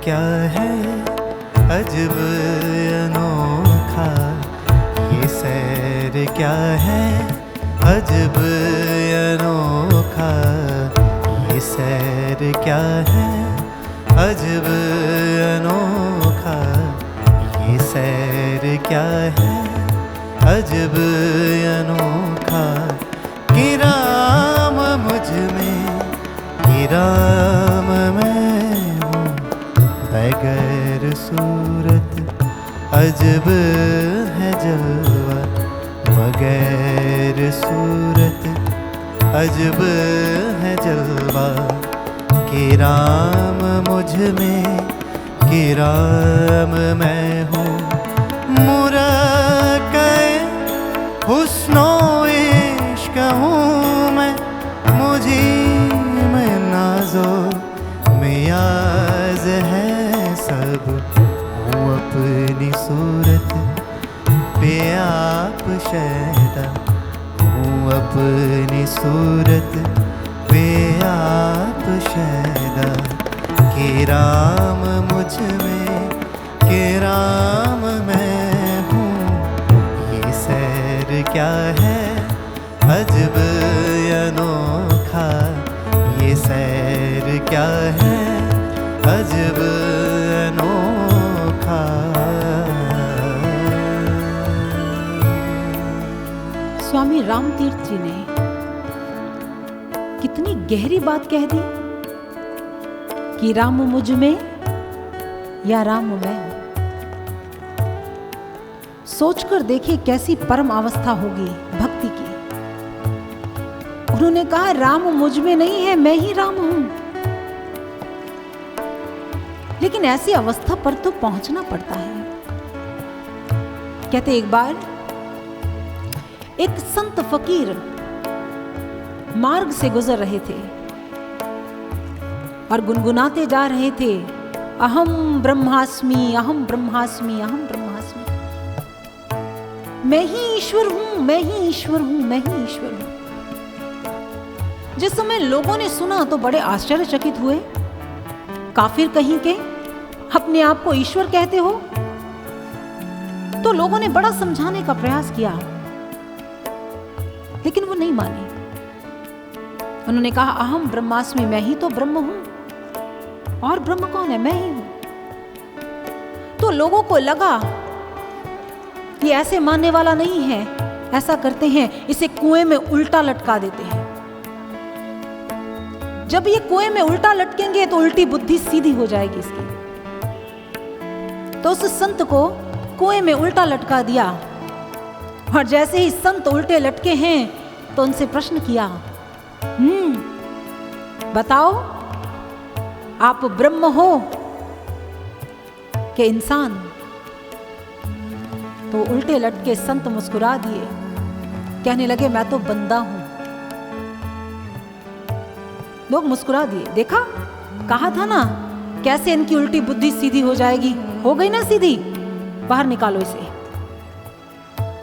अब जैसे उस फकीर को बाहर निकाला गया तो पूछा, भाई समझ आ गई ना तुम कौन हो? उसने कहा समझ आ गई, अहम ब्रह्मास्मि, अहम ब्रह्मास्मि, मैं ही ईश्वर हूं, मैं ही ईश्वर हूं, मैं ही ईश्वर हूं। लोगों को लगता है इसकी बुद्धि अभी भी उल्टी है, अभी सीधी करनी पड़ेगी। उन्होंने कहा दोबारा इसको कुएं में लटका दिया जाए। उसको फिर कुएं में लटका दिया। फिर पूछा, अब बताओ क्या हो, ईश्वर हो कि बंदे हो? उसने कहा मैं बंदा हूं। जब भी वो फकीर को बाहर निकालते तो फकीर कहता मैं ईश्वर हूं, और जब भी कुएं में लटका देते तो वो कहते मैं बंदा हूं। तो लोगों ने कहा, अरे फकीर जी किसी एक बात पर रहिए, मुझे यह बताइए कि आप ईश्वर हो को बंदे हो, बताओ तो सही। तो फकीर ने बहुत सुंदर कहा। उन्होंने कहा, जब मैं बंधा होता हूं तब मैं बंदा होता हूं, जब मैं आजाद हो जाता हूं तो मैं राम हो जाता हूं, मैं ईश्वर हो जाता हूं। क्या बात। जब तक हम बंधे हैं सज्जनों, हम बंधे ही तो हैं। स्वामी रामतीर्थ जी ने कितनी गहरी बात कह दी। जब तक हम बंधे हैं विकारों में, विचारों में, संस्कारों में, जड़ता में, अज्ञानता में, हम बंधे हैं। लेकिन जब खुल गए तो ब्रह्म हो गए। एक बार स्वामी रामकृष्ण परमहंस जी भी ऐसी कुछ उद्गार व्यक्त करते हैं। कहते एक बार वो ऐसी ही बात अपने शिष्यों को कह रहे थे कि हम सब ईश्वर का अंश हैं, ईश्वर ने हमें पैदा किया है। तो एक जिज्ञासु था, बड़ा तार्किक। उसने कहा, अच्छा यदि हम ईश्वर के अंश हैं तो हम में वो शक्ति क्यों नहीं है जो ब्रह्म में है, ईश्वर में है? ये इतना आतंक वैमनस्य क्यों है? तो उन्होंने कहा, पुत्र जाओ, वो सामने नदी बह रही है ना, पानी लेकर आओ एक लोटे में। लोटे में पानी लेकर आए। तो उन्होंने कहा, मैंने सुना है जल में नौकाएं चल सकती है, क्या तुम चला सकते हो? तो उसने कहा, हाँ जल में नौका तैर सकती है लेकिन इसमें नहीं। उन्होंने कहा, इसमें क्यों नहीं? क्योंकि ये लोटे में है। तो उन्होंने कहा, क्या देखना चाहते हो इस जल में नौका कैसे तरती है? उसने कहा, अवश्य देखना चाहता हूं। उन्होंने उनका हाथ पकड़ा और नदी के तट पर ले गए, और वो जो पानी था सारा का सारा नदी में उड़ेल दिया। उसने कहा, लो अब चाहे नौका चलाओ, चाहे जहाज चलाओ, इसमें सब कुछ चलेगा। स्वामी रामकृष्ण परमहंस जी ने कहा, समझे कुछ? हम ईश्वर के अंश हैं लेकिन उसे जानते नहीं हैं, अनभिज्ञ हैं, अपने स्वरूप का बोध नहीं है, इसलिए हम सीमित हैं। शक्तियों को ज्ञान नहीं, हमें लगता हम कुछ नहीं कर सकते। लेकिन जब उस असीम से जुड़ जाते हैं, उस अनश्वर से जुड़ जाते हैं, तो हम असीम हो जाते हैं। फिर हम वो कर सकते हैं जो ईश्वर कर सकता है। इसलिए तो उन्होंने कहा, मूरख के हुस्नो इश्क हूं मैं। क्या बात है, मुझी में नाजों मियाज हैं सब, हूँ अपनी सूरत पे आप शैदा, कि राम मुझ में, कि राम मैं हूँ, कि राम मुझ में, कि राम मैं हूँ।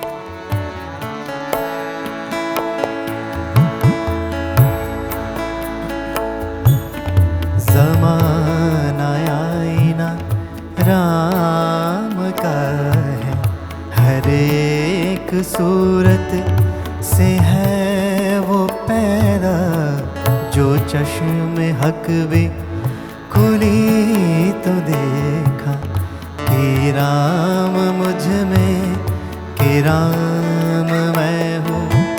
वो मुझ में हर रंगों में मिला है, कि गुल से बू भी कभी जुदा है, हवा वो दरिया का है तमाशा, कि राम मुझ में, कि राम मैं हूँ। सब बताओ मैं वज़्द का क्या है, क्या जो दर पर्दा देखता हूँ, सदा ये हर साज है पैदा, कि राम मुझ में, कि राम मैं हूँ। ये सैर क्या है अजब अनोखा, ये सैर क्या है। स्वामी रामतीर्थ कहते हैं ये तो बड़ा अजब खेल है। जब आवरण था, पर्दा था, तो राम भिन्न थे, लेकिन जैसे ही पर्दा हट गया मैं राम हो गया। लेकिन स्वामी रामतीर्थ जी कहते हैं राम होना आसान नहीं है और कठिन भी नहीं है। आप कहेंगे आप कैसी विरोधाभासी बात कर रहे हैं, राम होना कठिन भी है और आसान भी है, ऐसे कैसे? कठिन इसलिए है कि अपने बल से राम नहीं हो सकते। राम होने के लिए एक तत्ववेता गुरु की आवश्यकता है हमें। जब एक पूर्ण सद्गुरु हमारे जीवन में आएंगे, वो पर्दा गिरा देंगे। स्वामी रामतीर्थ कहते पर्दा गिरा, तुम में और इनमें कोई अंतर नहीं, आप एक हो। जब स्व को जान लिया तो समझ जाएंगे हम उसके अंश मात्र ही नहीं हैं, हम तो वही हैं। लेकिन बंधनों में जकड़े हुए जीव हैं, सीमित हैं, अभी उस रहस्य को जानते नहीं हैं। स्वामी रामतीर्थ जी उस रहस्य को जान गए गहराई में। एक बार विदेश की धरती पर स्वामी रामतीर्थ जी प्रवचन सुना रहे थे, ईश्वर देखा जाता है। मैंने ईश्वर को देखा है, आप भी देख सकते हैं। तो एक महिला पत्रकार उनके समीप पहुंची तो उन्होंने प्रश्न किया, क्या आपने ईश्वर देखा है? स्वामी रामतीर्थ जी ने कहा, मैंने ईश्वर देखा है, अब तो मैं ही राम हूं और मुझ में ही राम है। तो उस पत्रकार ने पूछा, उन्होंने कहा, अच्छा यदि आप राम को जानते हैं तो मुझे बताएं, राम मिस्टर है या मिसेज? आप तो उन्हें अच्छे से जानते हैं, आपको बखूबी पता होगा कि वो मिस्टर होते हैं कि मिसेज होते हैं। स्वामी रामतीर्थ जी मुस्कुरा दिए। उन्होंने कहा, वह परमात्मा ना मिस्टर है ना मिसेज है, वो मिस्ट्री है, मिस्ट्री। इस शरीर की लैब में देखा जाता है। वो ईश्वर तो मिस्ट्री है भाई, सॉल्व करनी पड़ती है। लेकिन हमने कभी उस मिस्ट्री को सुलझाने का प्रयास ही नहीं किया, हम खुद ही मिस्ट्री बने पड़े हैं। कितनी विडंबना है ना। हम में अथाह शक्ति है, ब्रह्म है, और हम पता नहीं अनजान और अयोग्य बनकर भटक रहे हैं। स्वामी रामतीर्थ कहते हैं, भीतर एक बार उतर जाओ, गुरु की कृपा से उस ज्ञान को अर्जित कर लो, ये भेद मिट जाएगा, ये भेद समाप्त हो जाएगा। और आगे अंतिम क्षणों में स्वामी रामतीर्थ जी इस भजन का समापन कैसे करते हैं, आइए हम भी श्रवण करते हैं।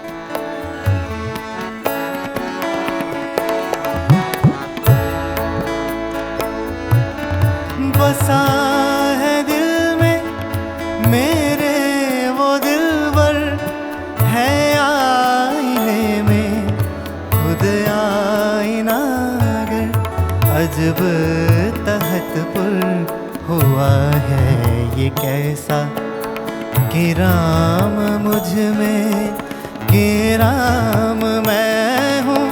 मुकाम पूछो तोलाम का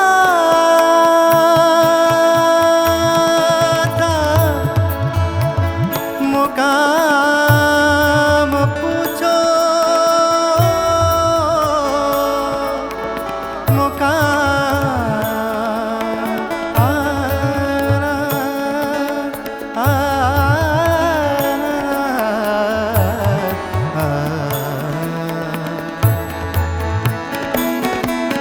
मुकाम पूछो तोलाम का था, मुकाम पूछो तोलाम का था। ना राम ही था ना मैं वहाँ था, लिया जो करवट तो होश आया कि राम मुझ में, कि राम मैं हूँ। अलल तवातर है पाक जलवा, अलल तवातर है पाक जलवा। ये दिल बना तूरे वर्क सीना, के दिल बना तूरे वर्क सीना। तड़प के दिल यूं पुकार उठा,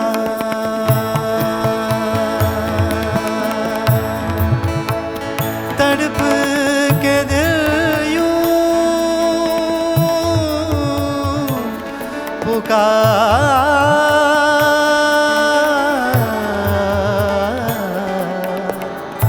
उठा।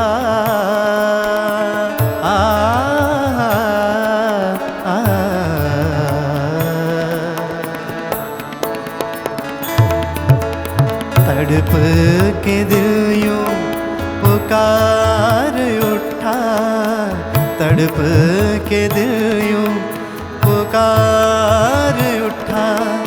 कि राम मुझ में, कि राम मैं हूँ। ये सैर क्या है अजब अनोखा, ये सैर क्या है अजब अनोखा। कि राम मुझ में, कि राम मैं हूँ। ये सैर क्या है अजब अनोखा, ये सैर क्या है अजब अनोखा। ये सैर क्या है, ये सैर क्या है, ये सैर क्या है।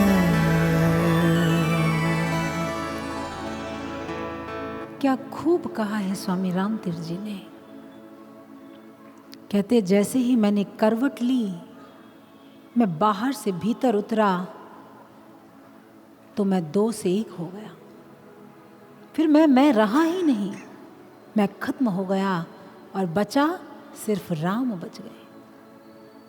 हमें भी उसी ब्रह्म तत्व, परम तत्व को जानना है, अपने भीतर उसका अनुभव करना है। तभी हम भी कह पाएंगे कि हम भी राम हैं और राम ही हम में हैं।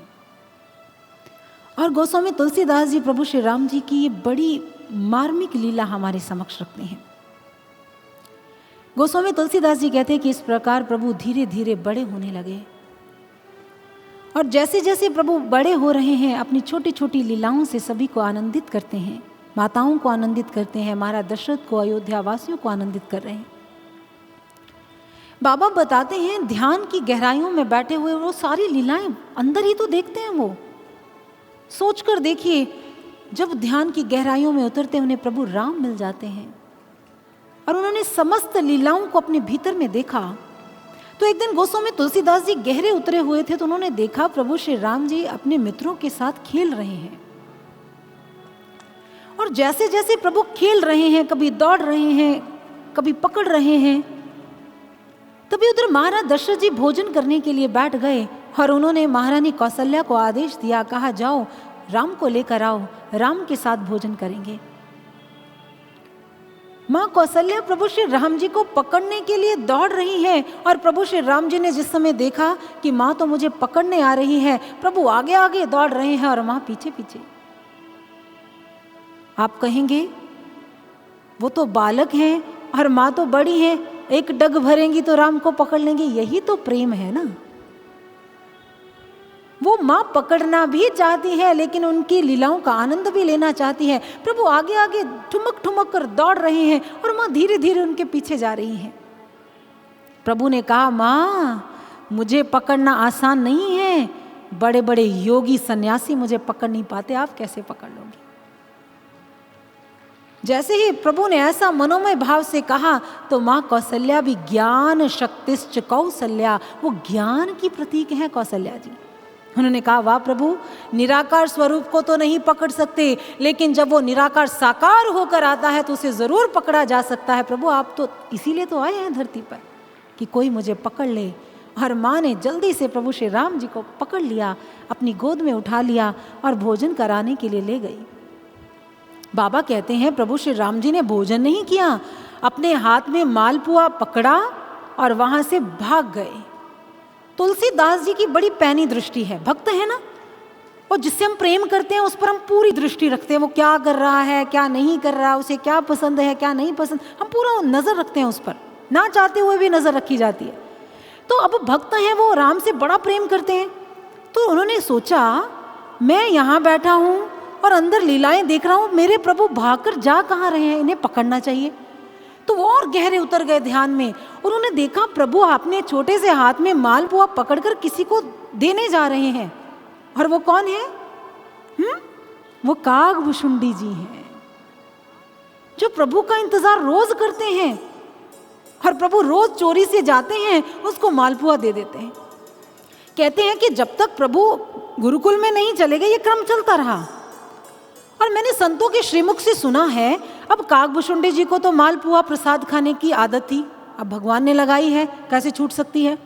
तो कहते हैं कि जिस समय त्रेता के बाद द्वापर आया ना, तो कागभुशुंडी जी पहुंच गए द्वापर में भी, गोकुल में पहुंच गए। जिस समय भगवान की एकदम दृष्टि बढ़ी, अरे ये तो कागभुशुंडी है, ये यहाँ क्या कर रहा है। तो भगवान श्री कृष्ण ने डांटते हुए पूछा, यहाँ क्या कर रहे हो, चलो भागो यहाँ से। तो उन्होंने कहा, प्रभु मैं क्यों भागूं, मैं तो भागने वाला नहीं हूं। तो उन्होंने कहा, हाँ क्यों आए हो यहाँ पर। उन्होंने कहा, प्रभु आपका प्रसाद, आपकी जूठन लेने आया हूँ, आपकी जूठन पर तो मेरा अधिकार है, बरसों से अधिकार है। तो प्रभु ने कहा, अरे वो मेरा मर्यादा पुरुषोत्तम अवतार था, ये मेरा प्रेम अवतार है, यहाँ तुम्हें कोई जूठन वूठन नहीं मिलेगी, भागो यहाँ से। तो कागभुशुंडी जी ने कहा, ये मुझे नहीं पता प्रभु, ये मर्यादा अवतार है कि प्रेम अवतार है, लेकिन मुझे इतना पता है कि आपकी जूठन पर मेरा अधिकार है, बस ये मुझे पता है। तो प्रभु ने कहा, मैं तो तुम्हें कुछ दे ही नहीं सकता अपनी जूठन। तो उन्होंने कहा, प्रभु क्यों। तो उन्होंने कहा, यहाँ तो मुझे भी कुछ खाने को नहीं मिलता, तो मैं तुम्हें क्या दूं, मुझे तो खुद चुरा चुरा कर लेकर आना पड़ता है, मैं फिर खाता हूँ। तो कागभुशुंडी जी मुस्कुरा दिए, कहने लगे, अच्छा प्रभु यहाँ आते ही आपने नियम बदल दिया, तो यदि आपने नियम बदल दिया तो मैं भी नियम बदल देता हूँ।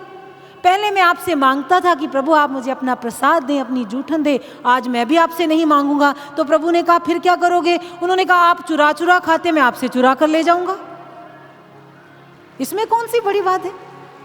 धूरी भरे अति शोभित श्याम ज्यों, तैसी बनी सिर सुंदर चोटी, खेलत खात फिरे अंगना, पग पैजनिया कटी पीरी को छोटी। वाह छवि को रस खान बिलोकत, वारिद काम कला निधि कोटी, वाह सखी रस खान के भाग कहे क्या, हरि हाथ सो ले गयो माखन रोटी, हरि हाथ सो ले गयो माखन रोटी। रसखान कहते हैं, मैं कैसे भाग्य कहूँ उनके, आज भगवान के हाथ से माखन रोटी छीन कर भाग गए कागभुशुंडी जी।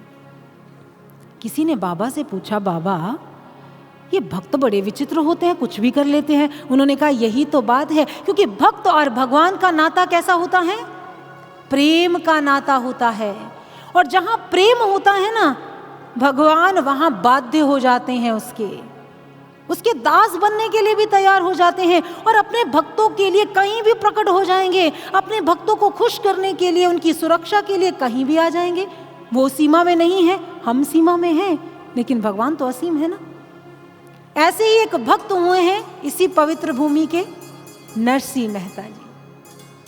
कहते हैं नरसिंह जी के भीतर में भगवान कृष्ण के लिए अथाह प्रेम था, अथाह प्रेम, इतना प्रेम कि वो भगवान से निरंतर जुड़े रहते थे। इसी कारण से वो कोई रीति रिवाज किसी भी चीज पर ज्यादा ध्यान नहीं देते थे, क्योंकि उनके लिए सिर्फ भगवान सबसे सर्वोपरि थे। कहते कि जिस समय नरसिंह मेहता भगवान का गुणगान करते या भगवान की भक्ति करते तो वहाँ के लोग, जो आसपास के लोग होते ना, वो उन्हें अच्छा नहीं मानते। उनको लगता है ये भक्ति करता रहता है, इसे और कोई काम नहीं है, कोई रीति रिवाज नहीं, कोई अनुपालन नहीं, कोई नियम नहीं। तो कहते कि एक दिन चौपाल पर कुछ वरिष्ठ लोग बैठे हुए थे तो आपस में सोचने लगे, भाई नरसिंह को दंड मिलना चाहिए, तभी से समझ आएगी। अब नरसिंह को दंड क्या दिया जाए, अभी बातें ही कर रहे थे, तभी कुछ संतों की टोली कुछ लोगों के साथ वहां पर पहुंच गई। उन्होंने कहा कि आप यहाँ किसी सेठ को जानते हैं जो हमें हुंडी लिख कर दे दे, आज कुछ लिख कर दे दे। जिस समय ऐसा कहा तो उन्होंने एक कनखियों से एक दूसरे के साथ हंसते हुए मुस्कुराते हुए एक बात कही। उन्होंने कहा ऐसा करते हैं, हम नरसिंह मेहता जी का नाम बता देते हैं। तो एक नागरी ने आगे आकर कहा, हाँ हाँ, हम एक बहुत बड़े सेठ को जानते हैं, बहुत बड़े सेठ को, जिसके पास बहुत धन है, और आप तो द्वारिका ही जा रहे हैं, और द्वारिका में तो उनकी बहुत बड़ी पहुंच है, बहुत बड़ी पहुंच, और आप जाएं नरसिंह सेठ के पास जाकर हुंडी लिखवा लें, वो रुपए आपको आपसे ले लेंगे, हुंडी लिख कर दे देंगे, इसमें कौन सी बड़ी बात है। कहते हैं कि वो लोग जो यात्री थे वो पहुंच गए नरसिंह मेहता के पास, जाकर देखा नरसिंह मेहता जी वहाँ बैठे हैं अपनी कुटीर में। जाकर कहने लगे, प्रणाम है आपको, नमन है, हम द्वारिका जाना चाहते हैं, कृपया आप हुंडी लिख कर दे दीजिए, क्योंकि मार्ग में चोर बहुत हैं, तो हम वो धन वहाँ से प्राप्त कर लेंगे। नरसिंह मेहता जी ने सुना तो कहने लगे, बंधु मैं तो स्वयं निर्धन हूँ, मेरे पास तो कुछ भी नहीं है, मैं आपको क्या लिख कर दे सकता हूँ। तो उन्होंने कहा, नहीं, सभी ने आपकी बहुत प्रशंसा की, अवश्य आप द्वारिका में किसी को तो जानते होंगे, क्या आप किसी को जानते हैं। उन्होंने कहा, मैं किसी को नहीं, मैं इस दुनिया के मालिक को जानता हूँ, मैं तो ईश्वर को जानता हूँ। तो उन्होंने कहा, फिर तो बात ही बन गई, आप ऐसा करें कुछ लिख दें हुंडी में ताकि हम चले जाएं। उन्होंने वो 700 रुपये नरसिंह मेहता जी के हाथ पर रख दिए, और नरसिंह मेहता जी ने एक पत्र लिखा, भगवान के नाम पर हुंडी लिख दी। हुंडी लिखते हुए क्या कहते हैं, सादर प्रणाम, जूनागढ़ से आपका दास नरसिंह। हे प्रभु, हे मेरे श्यामल सेठ, हे मेरे श्यामड़ा, मैं आपके नाम पर एक हुंडी लिख रहा हूं, मैंने इनसे 700 रुपये ले लिए हैं, अब आप ऐसे करना, आप नगद 700 रुपये इन्हें लौटा देना। ग्राम जूनागढ़ और आपका सेवक, आपका दास नरसिंह मेहता। इतना कहकर उन्होंने उस हुंडी को यात्रियों को थमा दिया और 700 रुपये ले लिए। यात्री पहुंच गए द्वारिका में। अब नरसिंह मेहता सोचने लगे, द्वारिकाधीश के पास जा रहे हैं, आगे का मार्ग तो वही प्रशस्त करेंगे। और इधर वो यात्री ढूंढने लगे किसी श्यामल सेठ को। अब श्यामल सेठ कोई हो तो ही तो मिले ना। ढूंढते ढूंढते बाजारों में, गलियों में, सब जगह ढूंढा, लेकिन उन्हें कहीं कुछ नहीं मिला। पैसे तो उनके पास पहले नहीं थे, ना भोजन है, ना जल ग्रहण करने की कोई व्यवस्था है, ना रहने की। तो वो चिंतित परेशान हो गए और एक चौपाल पर बैठ गए, इंतजार करने लगे, कोई तो बताएगा कि श्यामल सेठ कौन है। और इधर नरसिंह मेहता जी जानते हैं कि श्यामल सेठ को तो मैं ही जानता हूं और श्यामल सेठ मुझे जानते हैं। कहने लगे, प्रभु मैं तो नहीं आ सकता आपके पास, लेकिन आप तो उनके पास चलकर आ सकते हैं। प्रभु आप मेरी हुंडी को स्वीकार कर लें, प्रभु आप मेरी हुंडी को स्वीकार करें। आज नरसिंह मेहता जी दोनों हाथ जोड़कर भगवान के चरणों में प्रार्थना करते हुए, भगवान को पुकार लगाते हुए, भगवान के चरणों में अपनी भावना रखते हुए क्या कहते हैं, मारी हुंडी करो स्वीकार, श्यामड़ा गिरधारी। आइए इस भजन को श्रवण करते हैं।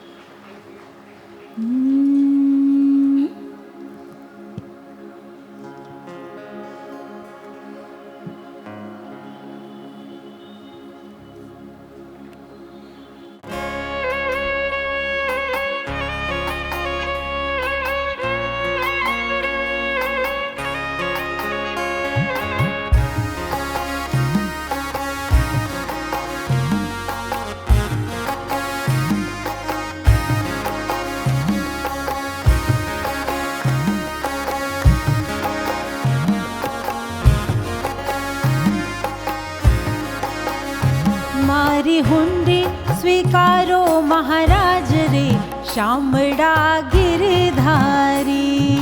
हुंडी स्वीकारो महाराज रे शामड़ा गिरधारी। मने एक ज तुम्हारो आधार रे शामड़ा गिरधारी। मने एक ज तुम्हारो आधार रे शामड़ा गिरधारी। मारी हुंडी शामड़िया रे हाथ रे शामड़ा गिरधारी। मारी हुंडी शामड़िया रे हाथ रे शामड़ा गिरधारी। बधाना बने हाथ ऊपर, ये बात।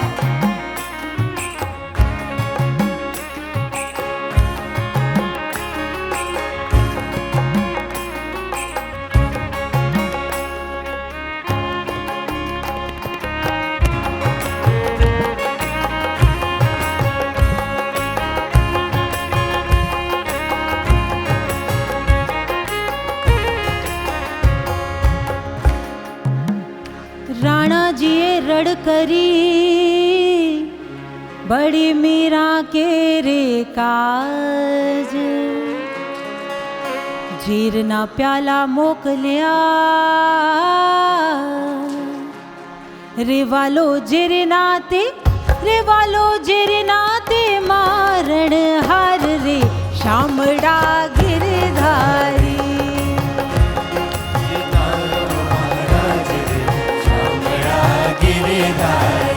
मने एक ज तुम्हारो आधार रे शामड़ा गिरधारी।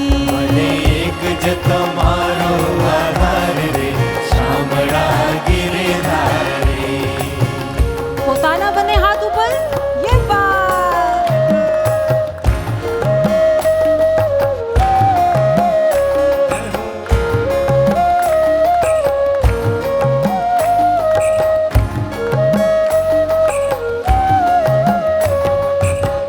राखी पत प्रहलाद की धर नरसिंह अवतार। हर नरसिंह अवतार। हर नरसिंह अवतार। स्तंभ भाड़ पर गट भये, स्तंभ भाड़ पर गट भये। तार्यो भूमि को, तार्यो भूमि को सारो भार रे शामड़ा गिरधारी। मारी हुंडी स्वीकारो महाराज रे शामड़ा गिरधारी। मने एक ज तुम्हारो आधार रे शामड़ा गिरधारी। मने एक ज तुम्हारो आधार रे शामड़ा गिरधारी।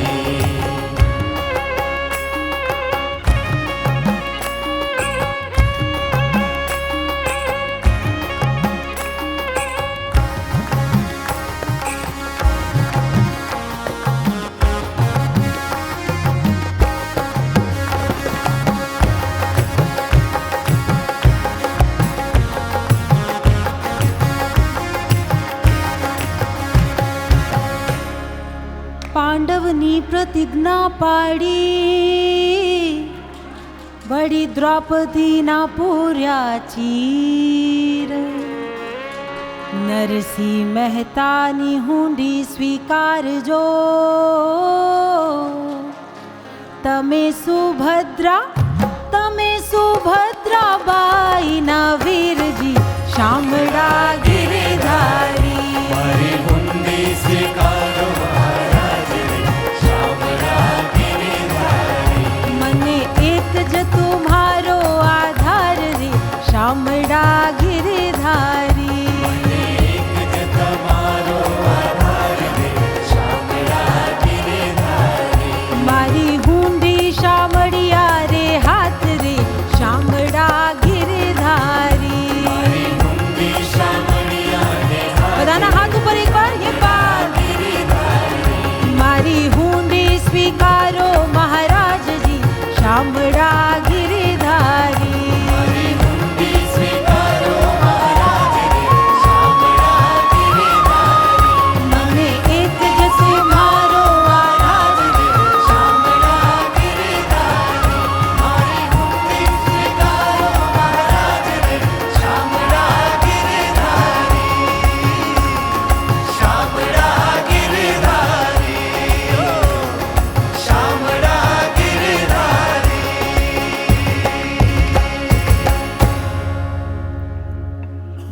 कहे और भगवान ना सुने, ऐसा हो सकता है?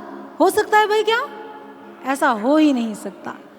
इधर नरसिंह जी भगवान से प्रार्थना करे, मारी हुंडी करो स्वीकार श्यामड़ा गिरधारी, तो श्यामड़ा को तो आना ही था ना।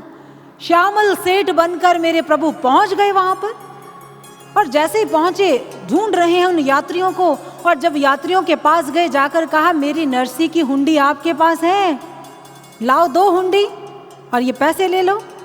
और भगवान 700 रुपये साथ लेकर आए हैं, और जिस समय वो हुंडी दिखाई 700 रुपये उनके हाथ पर रखा और हुंडी अपने पास रख ली, तो उन यात्रियों ने कहा हमने तो आपको बहुत ढूंढा बाजारों में गलियों में।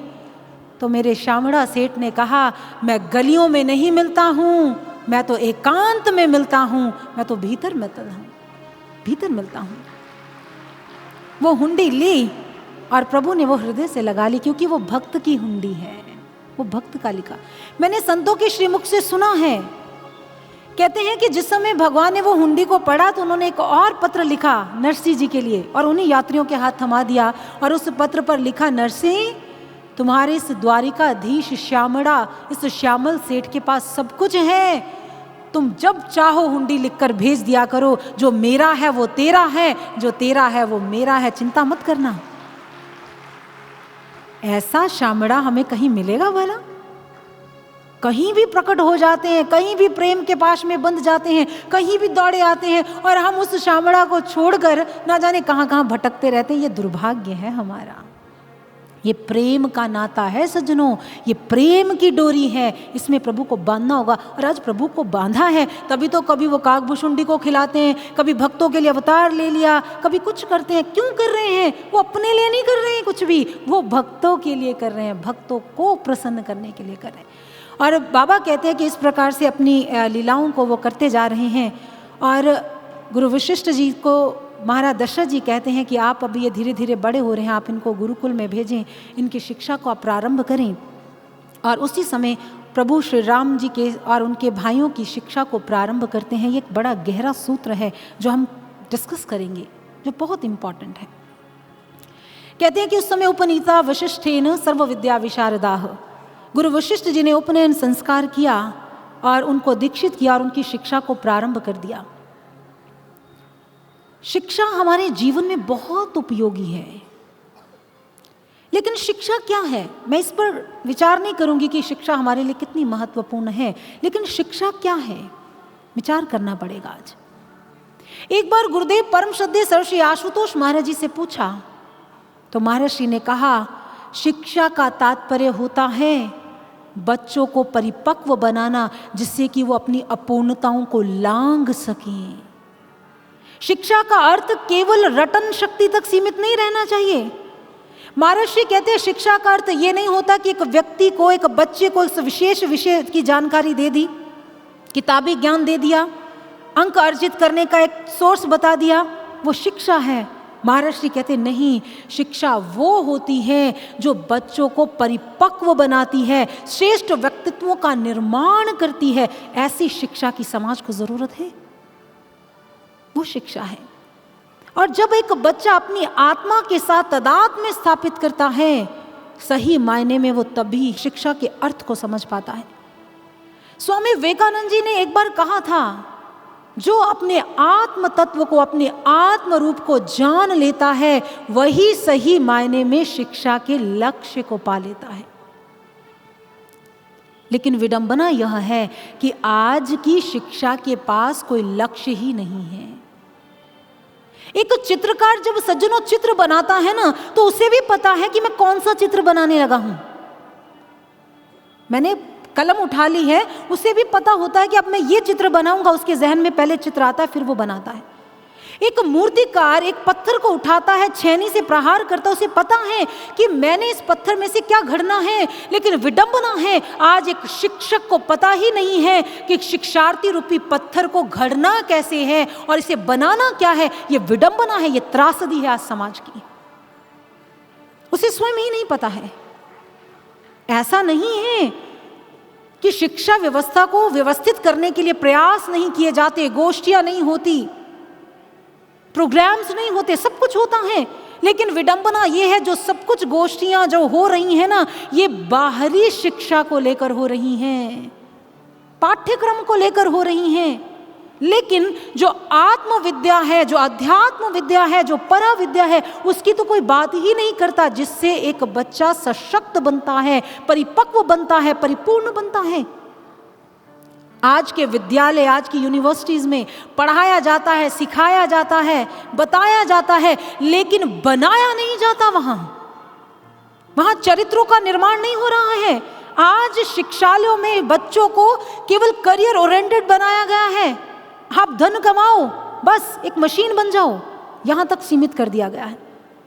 लेकिन शिक्षा का ये उद्देश्य नहीं है। मैं आपको अपनी पुरातन परिपाटी की ओर लेकर जाना चाहती हूं, अपनी गुरुकुल परिपाटी की ओर, जहां शिक्षा और दीक्षा का समन्वय था, जहां बच्चों को केवल बाहरी रटन शक्ति तक सीमित नहीं किया जाता था, उनके चरित्र का विकास किया जाता था, उनके मन को साधा जाता था, उनके विचारों को साधा जाता था और उन्हें परिपक्व व्यक्तित्व बनाया जाता था। महाराज श्री कहते हैं, आप अपने बच्चों को जानकारी का गोदाम मत बनाओ, उन्हें मानव बनाओ, उनको मानवीय गुणों से विभूषित करो। लेकिन विडंबना है कि आज की शिक्षा ये नहीं कर पा रही है। क्यों नहीं कर पा रही है? क्योंकि मात्र शिक्षा है, विचार हैं, और विचारों से कभी मन परिवर्तित नहीं होते हैं, विचारों से जीवन परिवर्तित नहीं होते हैं, विचारों से कभी समाज में बदलाव नहीं आता है। बदलाव आता है तो प्रैक्टिकल एक्सपीरियंस से आता है, अनुभव से आता है, और उस आत्म अनुभूति को जानने के बाद आता है, जो आज के बच्चों और बड़ों किसी के पास भी नहीं है। ये विडंबना है। आज जरूरत है सज्जनों, इसीलिए हमारी गुरुकुल परिपाटी में शिक्षा और दीक्षा का समन्वय था। शिक्षा से पूर्व दीक्षा का प्रावधान था, उपनयन संस्कार किया जाता था। और दीक्षा का अर्थ क्या होता है? कोई मंत्र दे देना, माला दे देना? ये दीक्षा का अर्थ नहीं है। तदागम वशा साध्य गुरुवः करांत महाद्याह। हमारे वेद, हमारे शास्त्र कहते हैं, जिस समय एक पूर्ण गुरु हमें वो ज्ञान प्रदान करते हैं, हमें भीतर उतारते हैं, तब हमारे भीतर में वो ब्रह्म तत्व प्रकट होता है। और जब वो ईश्वर प्रकट होता है, और तब हमारे भीतर में ईश्वरीय गुण आने लग जाते हैं। लियते विमल ज्ञानम क्षीयते कर्म वासना। वेद कहते हैं, जब वो ज्ञान जीवन में आता है, दीक्षित होते हम, वो राम तत्व, वो ब्रह्म तत्व यहाँ प्रकट होता है, तब क्या होता है? लियते विमल ज्ञानम क्षीयते कर्म वासना। हमारी वासनाएं, हमारे अवगुण, हमारी वृत्तियां समाप्त होने लगती है। हमें ऐसी शिक्षा की आवश्यकता है, ऐसे दीक्षित होने की आवश्यकता है। और मुझे ये कहते हुए गर्व महसूस हो रहा है कि गुरुदेव परम श्रद्धेय सर श्री आशुतोष महाराज जी की कृपा से दिव्य ज्योति जागृति संस्थान की ओर से एक शिक्षण कार्यक्रम चलाया जा रहा है, जिसका नाम है मंथन।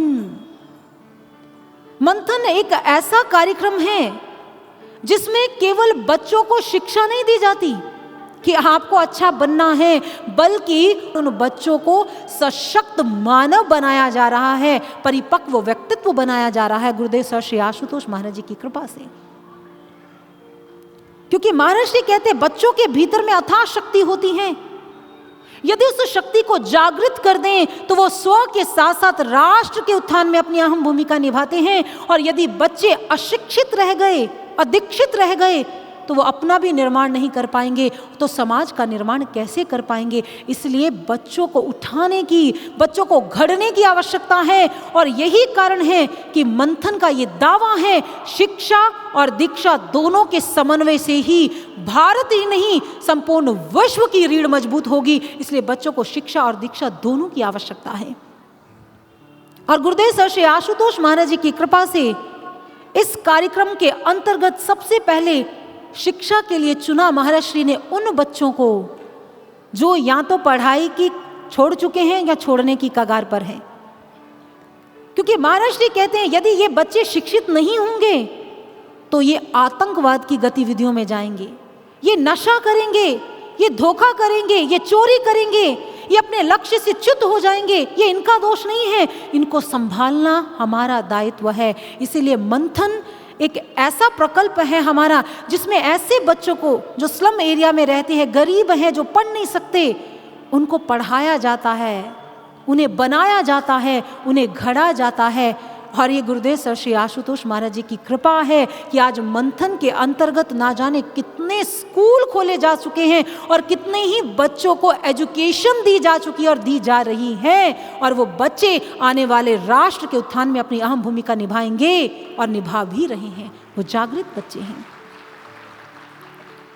मात्र सुनना पर्याप्त नहीं है, उन बच्चों की सहायता करें, हम उन बच्चों को स्पॉन्सर करें। ये दिव्य ज्योति जागृति संस्थान का मंच आपके बीच में आया है, आप उठें, बढ़ें, उन बच्चों को स्पॉन्सर करें, उनके खाने का, उनके पढ़ाई का, उनके रहने का व्यवस्था में सहयोग करें। मुझे लगता है पर्सनली ये सबसे बड़ा दान होगा। यदि आप एक बच्चे को पढ़ा देंगे, वो युगों युगों तक आपको आपके ऋण से मुक्त नहीं हो पाएगा, वो आपका ऋणी बन जाएगा, क्योंकि आपने उसे श्रेष्ठ व्यक्तित्व बनाने में अपनी आहुति डाली है। इसलिए आप आएं, इस मंथन कार्यक्रम में विजिट करें, आप वेबसाइट पर जाएं, देखें कैसे संस्थान महान कार्यों को कर रहा है और महान कार्यों के लिए आप सज्जन व्यक्तियों का आवाहन कर रहा है, क्योंकि रोशनी की किरण के तो वो भी अधिकारी हैं। यदि आज उन्हें रोशनी की किरण नहीं मिली, यदि वो आज नहीं संभले, तो वो समाज को रोशन कैसे करेंगे, ये मेरा सवाल है। और महर्षि कहते हैं उनका भी उतना ही अधिकार है रोशनी पर, उनका उतना ही अधिकार है शिक्षा पर, उनका उतना ही अधिकार है समस्त चीज़ों पर। कहीं ऐसा ना हो हम आगे आने से चूक कर जाएं और उन बच्चों का बचपन छिन जाए, उनकी लाचारी मजबूरी बन जाए। कहीं ऐसा ना हो उनकी आंखों में भी स्वप्न है, देश को ऊंचा उठाने के स्वप्न, कुछ कर गुजरने के स्वप्न, कुछ बन जाने के स्वप्न। कहीं हमारे एक डग ना भरने से कहीं वो स्वप्न टूट ना जाएं, कहीं वो स्वप्न छूट ना जाएं, कहीं वो लाचारी मजबूरी ना बन जाए। इसलिए ये ब्रह्म ज्ञानियों का काफिला समस्त लोगों का आवाहन करने के लिए आपके मध्य आया है। आएं, उनकी मदद करें और उनके भविष्य को सुंदर बनाने के लिए सहायता करें। आइए एक भजन के माध्यम से वो आह्वान सुनते हैं। आइए।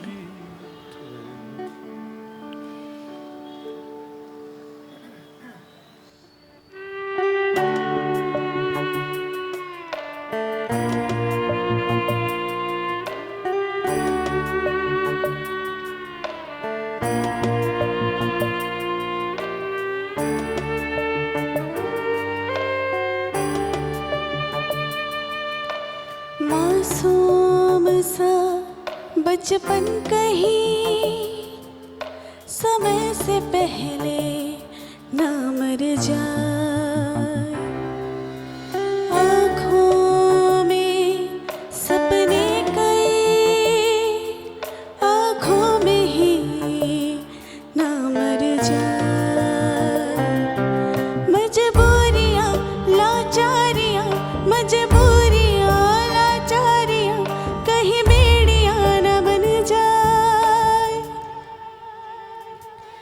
रोशनी की तुम किरण दो, राह मंजिल की अब दिख पाए, उनके हाथों में वो कलम दो, अपनी किस्मत खुद ही वो लिख पाए। रोशनी की तुम किरण दो, राह मंजिल की अब दिख पाए, उनके हाथों में वो कलम दो, अपनी किस्मत खुद ही वो लिख पाए। रोशनी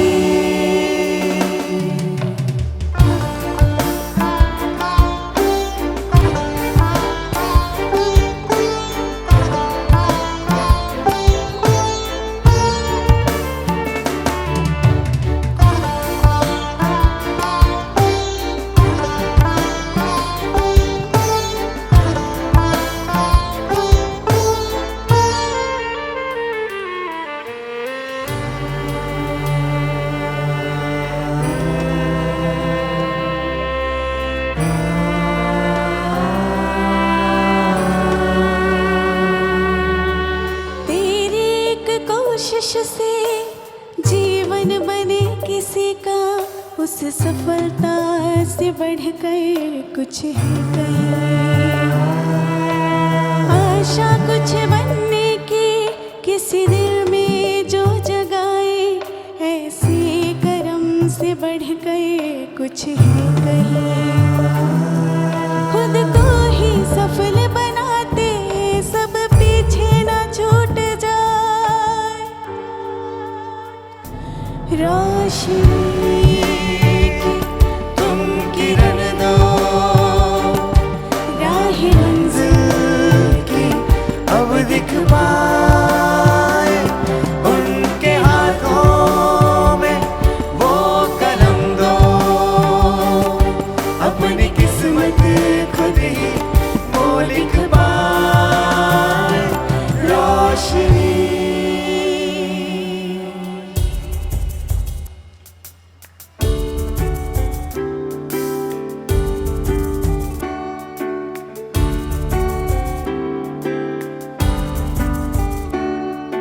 साक्षरता की उंगली थमाकर उनको आगे बढ़ाए। मायूसी कभी छू ना पाए, ऐसे शिखर चढ़ाए। कि तुम किरण दो राहें उन्हें दिख पाए, वो कदम दो किस्मत वो खुद लिख पाए। कि तुम किरण दो राहें उन्हें दिख पाए, वो कदम दो किस्मत वो खुद लिख पाए। रोशनी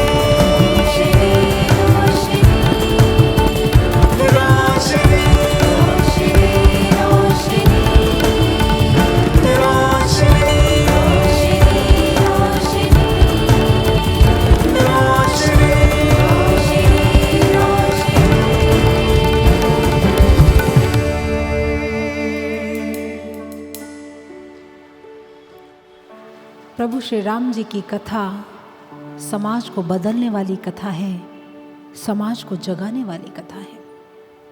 और आज प्रभु श्री राम जी का ये गुरुकुल में प्रवेश करना, उपनयन संस्कार और शिक्षा का प्रारंभ मानो हमें शिक्षा और दीक्षा के समन्वय की ओर अग्रसर करता है।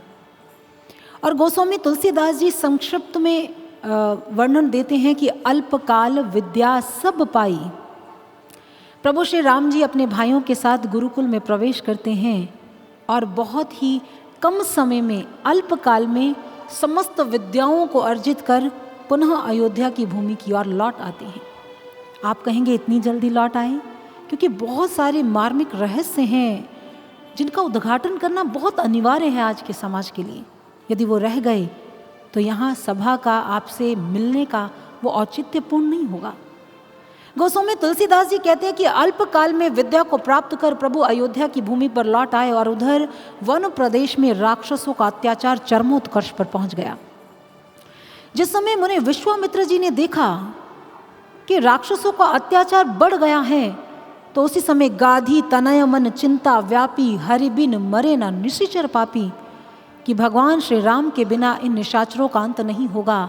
तो इसीलिए मुनि विश्वामित्र जी चल पड़ते हैं प्रभु श्री राम जी को लेकर आने के लिए, और जाकर महाराज दशरथ से अनुरोध करते हैं और गुरु वशिष्ठ जी की आज्ञा से प्रभु श्री राम जी और लक्ष्मण जी चल पड़ते हैं अपनी प्रथम यात्रा की ओर, प्रथम वन यात्रा की ओर।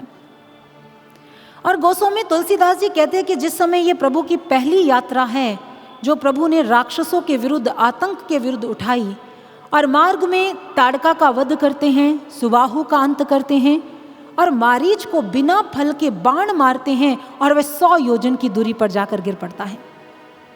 और इस प्रकार से प्रभु श्री राम जी मुनियों के यज्ञ का रक्षण करते हैं। और मुनियों के यज्ञ का रक्षण जब हुआ, यज्ञ संपन्न हुआ, बाबा एक बड़ी मार्मिक गाथा हमारे समक्ष रखते हैं, जो मैं आपके समक्ष रखना चाहती हूँ। कहते हैं कि उस दिन मुनि विश्वामित्र जी अत्यंत प्रसन्न हुए और उन्होंने राम को अपने पास बुलाया और कहा, पुत्र इधर आओ, आज मैं तुम्हें समस्त शक्तियां प्रदान करूंगा। प्रभु श्री राम जी ने दोनों हाथ जोड़ लिए। उन्होंने कहा, मुनिवर आपकी जैसी आज्ञा। आपकी आज्ञा को मैं हृदयस्थ करता हूँ। और उसी समय प्रभु श्री राम जी ध्यान मुद्रा में बैठ गए।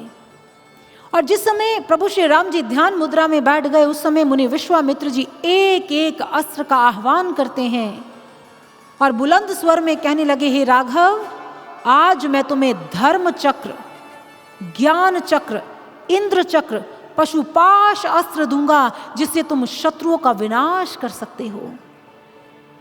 आज मैं तुम्हें मोदकी और शिखरी नाम की गदा दूंगा।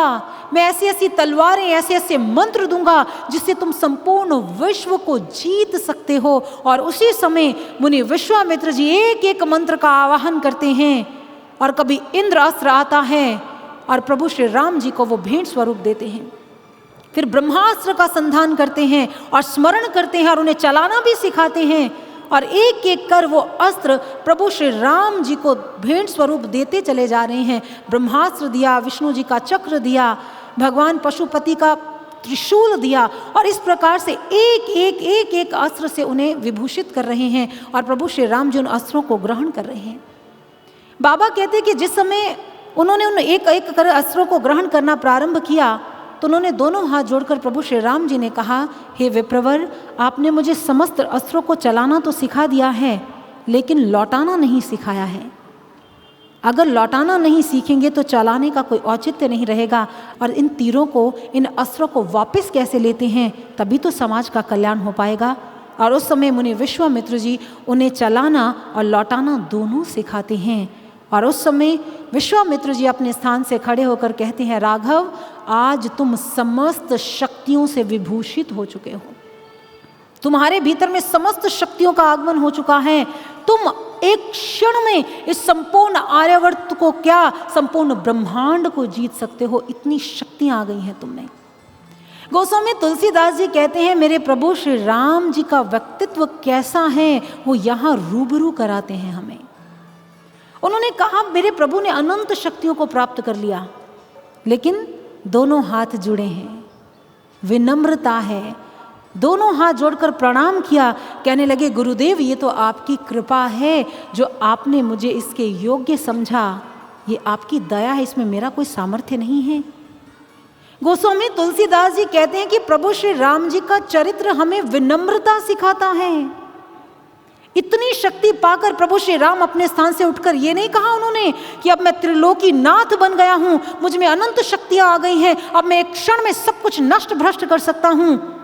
नहीं, प्रभु श्री राम जी का व्यक्तित्व ऐसा है, जब वो खड़े हुए तो उनमें अहंकार नहीं था, उनमें विनम्रता थी, उनमें झुकाव था, क्योंकि वो जानते हैं विद्या ददाति विनय। जो विद्या होती है ना, वो विनय को जन्म देती है, विनम्रता को जन्म देती है। गुरुदेव सर श्री आशुतोष महाराज जी कहा करते हैं, जिसमें जितने ज्यादा गुण होंगे, जिसमें जितनी ज्यादा कलाएं होंगी, वो उतना झुका हुआ और विनम्र होगा। अगर वो नहीं है तो इसका सीधा सा तात्पर्य है अभी तक उसमें कलाएं नहीं आई हैं। और यदि पुरुषार्थ से आ गई हैं लेकिन उसमें विनम्रता नहीं है, महाराज श्री कहा करते हैं, वो कलाएं, वो गुण अपने आप ही उस व्यक्ति को छोड़कर चले जाते हैं, क्योंकि वो ऐसे अहंकारी व्यक्ति के पास नहीं रह सकते हैं। प्रभु श्री राम विनम्र हैं, वो जानते हैं विनय की कीमत क्या होती है, विनम्रता किसे कहते हैं। लेकिन हमारे इतिहास में ऐसे अनंत उदाहरण हैं, मुझे लगता हम गिनते थक जाएंगे लेकिन उनकी गणना कम नहीं होगी कि जब थोड़ी सी शक्ति मिली तो क्या हुआ, विध्वंस करने को उतारू हो गए।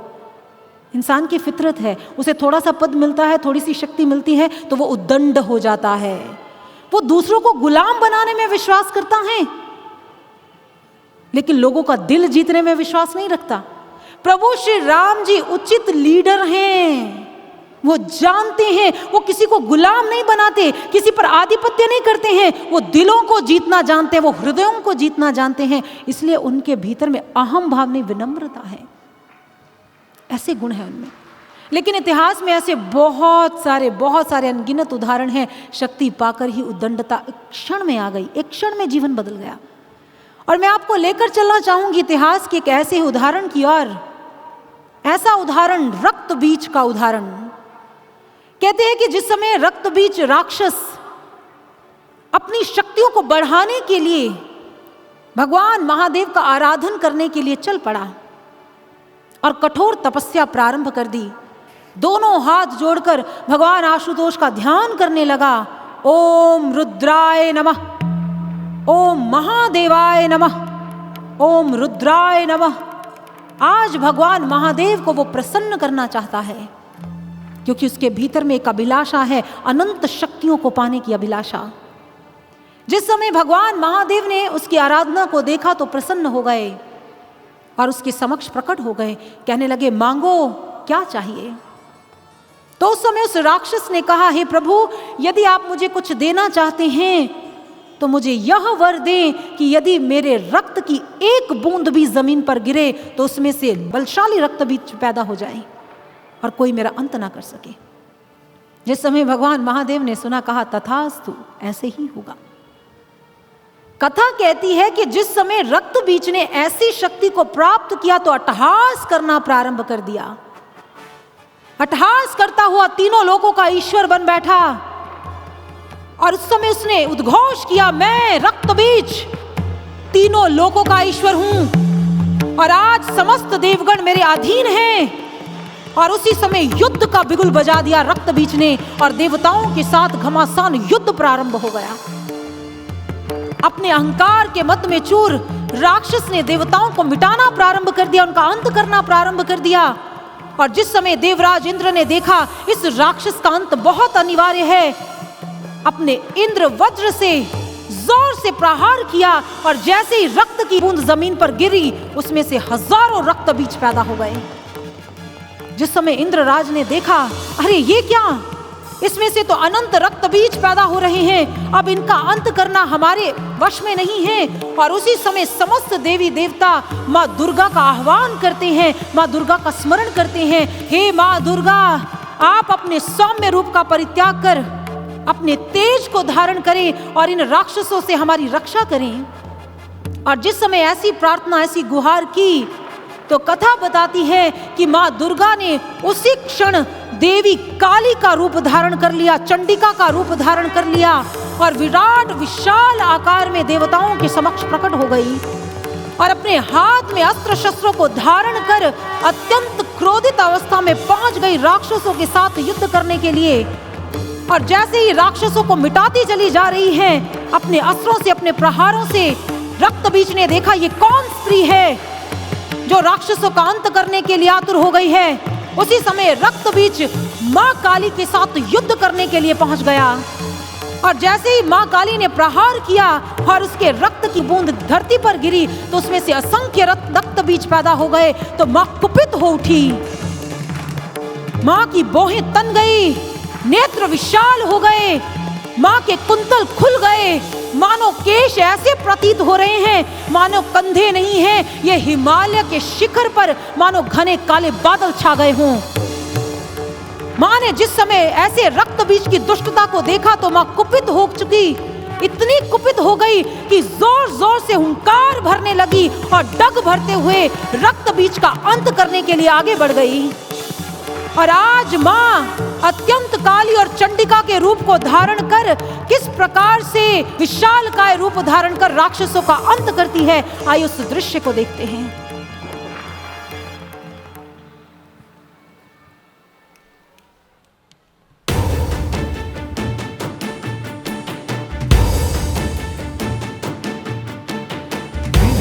चल जिसका मुखमंडल, पग के नीचे पृथ्वी सकल, बिखरे जिसके काले कुंतल, कानों में झूले शव कुंडल। चल जिसका मुखमंडल, पग के नीचे पृथ्वी सकल, बिखरे जिसके काले कुंडल, कानों में झूले शव कुंडल। चंद्रभाल जिसका विशाल सूर्य, समुद्र की क्रोध ज्वाल, रुद्र अति है विकराल, थर थर कांपे नव पदार, त्रिशूल चक्र कर शंख संभाला, पशुपाश और डमरू बाण, गदा खड़ग थप्पड़ धनुबाण, कंठ में है मुंडों की माला। जय जय रक्त बीज संहारिणी, जय जय हे महाकाली, जय जय रक्त बीज संहारिणी, जय जय हे महाकाली। जय काल रात्रि महा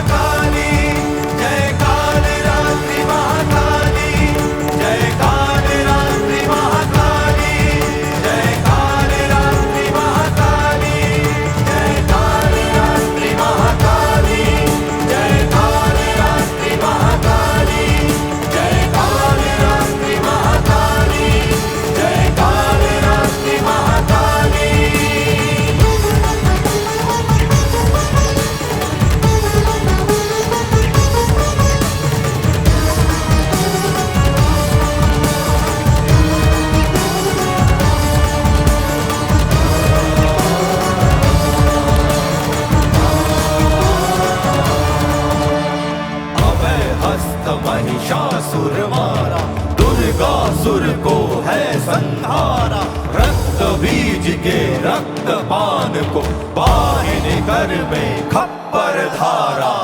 दासन की शाश्वत बनकर असुर वृत्तियां थी शिखर पर, बुद्धि वायु में उड़ गई हो जैसे उड़ती भस्म बिखर कर। शुंभ निशुंभ ने महापाप कर अमृत कलश उड़ेला, महामृत्यु के महाकूप में खुद को स्वयं धकेला। जग जननी को ही कह डाला हमसे ना टकराओ, या तो संग बिगाड़ जाओ या मृत्यु को पाओ, या मृत्यु को पाओ, या मृत्यु को पाओ। हे मूढ़मती, हे दुर्बुद्धि, तूने सीमा लांघी, निश्चित होगा मरण तुम्हारा, मृत्यु स्वयं है मांगी। सहनशीलता दया क्षमा को लो मैंने अब त्यागा, विष को सह नहीं पाएगा तू, है भुजंग अब जागा। संसार जन्मता है मुझसे, संहार पनपता है मुझसे, ये शशि शीत मुझ कारण ही, ये सूर्य धधकता है मुझसे। नारी को दुर्बल समझे तू, पुरुष हुआ घमंडी, दुष्टों का संहार करूं, कहलाऊं मैं रणचंडी, कहलाऊं मैं रणचंडी। आज अनल की पिघल पिघल कर गगन से झरी फुहारे, आदि शक्ति मां शाकंभरी ने धड़ से शीश उतारे। क्रोध की अग्नि में दूधू कर जलने लगी दिशाएं, डगर फटा नक्षत्र निकल है आपस में टकराए। मृत्यु के तांडव से शक्ति लीन रही जीवन को, मानव दानव किन्नर कंपित आतुर मां मर्दन को, आतुर मां मर्दन को, आतुर मां मर्दन को। नमः शिवाय, ओम नमः शिवाय। हे शिव शंकर हे अभयंकर महादेव त्रिपुरारी, शरण पड़ी सुर जाति भगवन रक्षा करो हमारी। प्रलय निकट है शिव शंभु ये संताप हरो, रणचंडी मां काली को प्रभु आप ही शांत करो।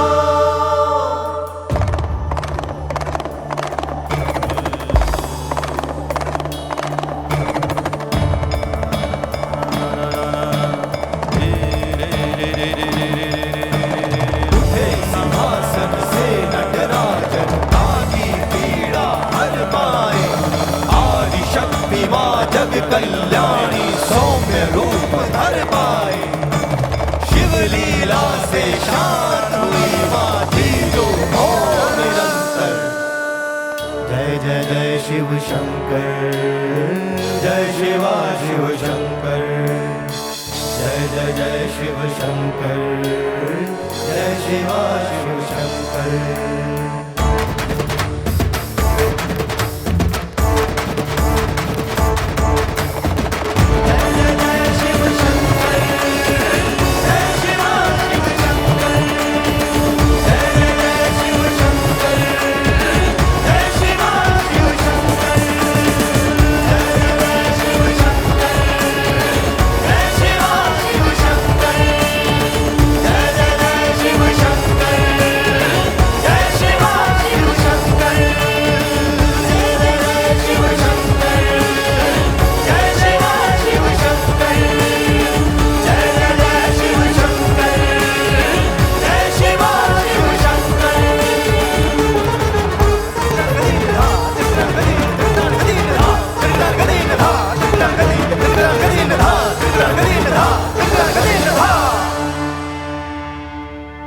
आज मां काली अत्यंत क्रोधित अवस्था में आ गई और रक्त बीज के राक्षस का अंत करने के लिए मां ने उसके रक्त का पान कर लिया। और कहते हैं जैसे ही रक्त का पान किया मां प्रचंड रूप में आ गई। इतनी शक्ति की मानो संपूर्ण सृष्टि का विनाश करने के लिए आज मां आतुर हो उठी। जिस समय देवताओं ने देखा आज मां काली की जागृत शक्ति को शांत कोई और नहीं कर सकता, केवल महादेव शांत कर सकते हैं। भगवान महादेव के चरणों में आराधन किया और भगवान स्वयं माँ काली जिस समय विनाश के डग भरती हुई आ रही थी तो भगवान महादेव उनके सामने लेट गए। और जिस समय माँ काली अपना डग भरने के लिए उठाती है और भगवान के वक्ष पर वो चरण आ जाता है और उसी समय माँ वहीं पर शांत हो गई, वहीं पर रुक गई। शक्ति शक्ति होती है सज्जनों। शक्ति को रोकने का सामर्थ्य किसमें है? भगवान महादेव में है। शक्ति तो शक्ति होती है, वो सृजन भी कर सकती है, वो विध्वंस भी कर सकती है। लेकिन यदि वो शक्ति रावण के साथ है, यदि वो शक्ति महिषासुर के साथ है, यदि वो शक्ति रक्त बीज के साथ है तो वो आतंक फैलाएगी। लेकिन यदि वो शक्ति प्रभु श्री राम के साथ है, भगवान महादेव के साथ है, तो वो सृजन करेगी। इसलिए समाज को शक्ति की नहीं, शक्तिमान की आवश्यकता है जो उस शक्ति को कंट्रोल में कर सके। आज समाज में शक्तियों की कमी नहीं है। ये आतंक, ये वैमनस्य, ये शक्ति का ही तो प्रताप है, ये अज्ञानता ही तो है जो व्यक्ति के हाथ में शक्ति का विराट पुंज लग गया, जिसके कारण सृष्टि को खत्म करने के लिए आतुर हो रहे हैं। लेकिन इस शक्ति का सदुपयोग करने के लिए विवेक की आवश्यकता है, ज्ञान की आवश्यकता है, क्योंकि ये उद्दंडता अज्ञान की उपज है सज्जनों। और जब तक मानव के भीतर में वो अज्ञानता रहेगी तब तक ये उद्दंडता होती रहेगी। इसीलिए मानव को और मानव समाज को ज्ञान की आवश्यकता है। गुरुदेव परम श्रद्धेय सर श्री आशुतोष महाराज जी कहा करते हैं, अज्ञान के साम्राज्य का यदि रोकना विस्तार है जरूरी ब्रह्म ज्ञान ये समय की पुकार है जरूरी ब्रह्म ज्ञान ये समय की पुकार है। यदि अज्ञानता के साम्राज्य के विस्तार को रोकना है तो समाज को ब्रह्म ज्ञान दें। और ब्रह्म ज्ञान, ब्रह्म वो ईश्वर ज्ञान संस्कृत के गे धातु से निकला शब्द है जिसका अर्थ होता है देखना, उस ईश्वर को जान लेना, उस ईश्वर से कनेक्ट हो जाना। और जब प्रत्येक व्यक्ति उस ब्रह्म ज्ञान से विभूषित होगा तभी भीतर की जो शक्ति है उसको यूटिलाइज किया जा सकता है, सही डायरेक्शन में यूज किया जा सकता है। इसलिए समाज को और हम सब इंसान को, प्रत्येक व्यक्ति को ब्रह्म ज्ञान की आवश्यकता है। और ये कहते हुए मुझे गर्व महसूस हो रहा है कि दिव्य ज्योति जागृति संस्थान के पुरोधा गुरुदेव परम श्रद्धेय सर श्री आशुतोष महाराज जी इसी ब्रह्म ज्ञान को लेकर आपके मध्य उपस्थित हुए हैं। आप आएं, उस ब्रह्म ज्ञान को प्राप्त करें, अपने भीतर की सोई हुई शक्तियों को जागृत करें और उसे सकारात्मकता की पगडंडियां प्रदान करें। यही इस कथा का औचित्य है। इसी कथा को बांचने का यही एक उद्देश्य है कि हम उस ईश्वर को देख लें, उस ईश्वर को जान लें, उस ईश्वर का तत्व से अनुभव कर लें। और आज के लिए इतना ही, समय इजाज़त नहीं देता कि मैं एक भी शब्द और कहूँ। अंत में जिनकी प्रेरणा से, जिनकी कृपा से आज मैं अपनी सेवा को, हम सब अपनी सेवा को निभा पाए हैं, उन गुरुदेव परम श्रद्धेय सर श्री आशुतोष महाराज जी के चरणों में नमन करना चाहूँगी और अपनी वाणी को विराम देना चाहूँगी। बोलिए सियावर रामचंद्र महाराज नी जय, सर श्री आशुतोष महाराज नी जय। बहुत बहुत धन्यवाद। अब प्रभु की पावन पुनीत आरती का समय है। हम आमंत्रित करते हैं हमारे कार्यक्रम के अंदर पहुंचे हुए अतिथिगण, उनका बहुत बहुत अभिनंदन है। श्री हनुमान प्रसाद गुप्ता जी जो श्याम ग्रुप ऑफ कंपनी से हैं, अभिनंदन है, मंच के निकट आएँ। श्री JK गुप्ता जी, डॉक्टर गिरीश नलवाया जी दक्षिण गुजरात प्रांत उपाध्यक्ष हैं विश्व हिंदू परिषद से। श्रीमती एवं श्री अशोक गुप्ता जी चार्टेड अकाउंटेंट हैं।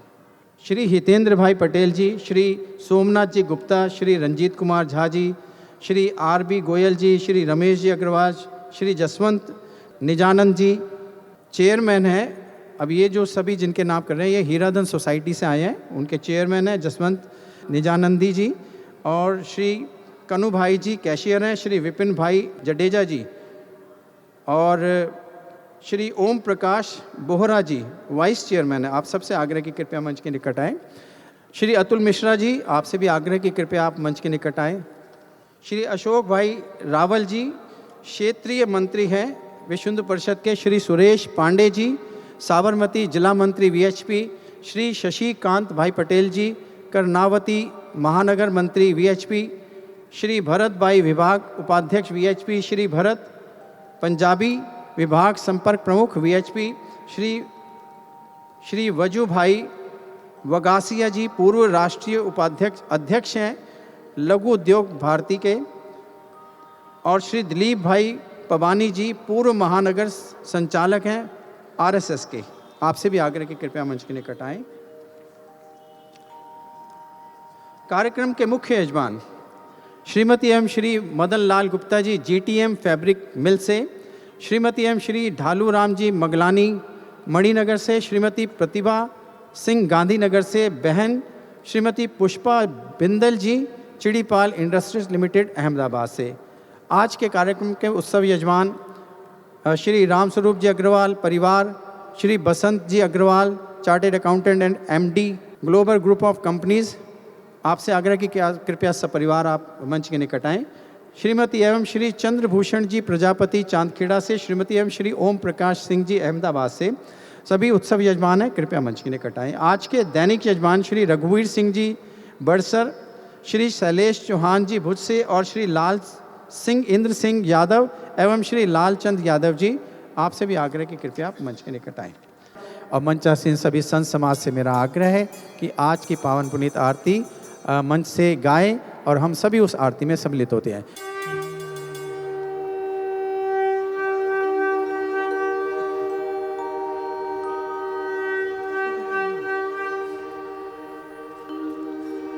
ओम जय जगदीश हरे, स्वामी जय जगदीश हरे।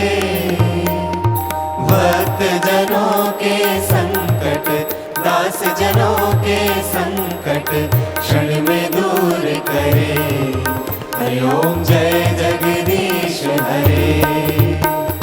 जो ध्यावे फल पावे, दुख बिन से मन का, स्वामी दुख बिन से मन का। सुख संपत्ति घर आवे, सुख संपत्ति घर आवे, कष्ट मिटे तन का। हरि ओम जय जगदीश हरे। मात पिता तुम मेरे, शरण गहूँ मैं किसकी, स्वामी शरण गहूँ मैं किसकी। तुम बिन और न दूजा, प्रभु बिन और न दूजा, आस करूँ मैं जिसकी। हरि ओम जय जगदीश हरे। तुम पूर्ण परमात्मा, तुम अंतर्यामी, स्वामी तुम अंतर्यामी। पार ब्रह्म परमेश्वर, पार ब्रह्म परमेश्वर, तुम सबके स्वामी। हरि ओम जय जगदीश हरे। तुम करुणा के सागर, तुम पालन करता, स्वामी तुम पालन करता। मैं मूर्ख खल कामी, मैं सेवक तुम स्वामी, कृपा करो भरता। हरि ओम जय जगदीश हरे। तुम हो एक अगोचर, सबके प्राणपति, स्वामी सबके प्राणपति। किस विध मिलो दया में, किस विध मिलो दया में, तुमको मैं कुमति। हरि ओम जय जगदीश हरे। दीन बंधु दुख हरता, ठाकुर तुम मेरे, स्वामी रक्षक तुम मेरे। अपने हाथ उठाओ, अपनी शरण लगाओ, द्वार पड़ा मैं तेरे। हरि ओम जय जगदीश हरे। विषय विकार मिटाओ, पाप हरो देवा, स्वामी कष्ट हरो देवा। श्रद्धा भक्ति बढ़ाओ, श्रद्धा प्रेम बढ़ाओ, संतन की सेवा। हरि ओम जय जगदीश हरे। तन मन धन सब तेरा, स्वामी सब कुछ है तेरा, स्वामी सब कुछ है तेरा। का प्रभु को अर्पण क्या लागे मेरा। हरि ओम जय जगदीश हरे। श्याम सुंदर जी की आरती जो कोई नर गावे, हाँ जी प्रेम सहित गावे। कहत शिवानंद स्वामी, कहत हरि हर स्वामी, मनवांछित फल पावे। हरि ओम जय जगदीश हरे। हरि ओम जय जगदीश हरे। स्वामी जय जगदीश हरे। भक्त जनों के संकट, दास जनों के अवगुण, बंसी वाला दूर करे। हरि ओम जय जगदीश हरे। हरि ओम जय जगदीश हरे। हरि ओम जय जगदीश हरे।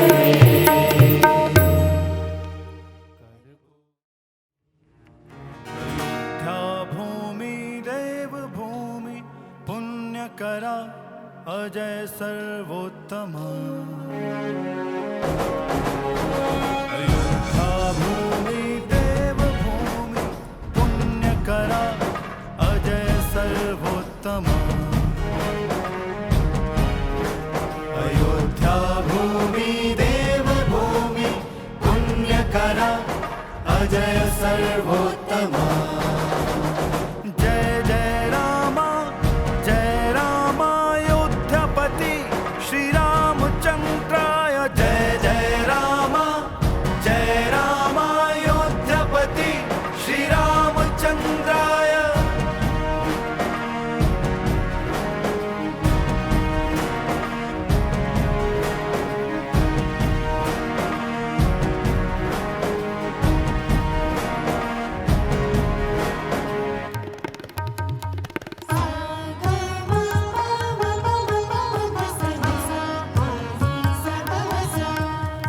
स्वर्ग सी सुंदर इस नगरी को दसों दिशाएं करे प्रणाम।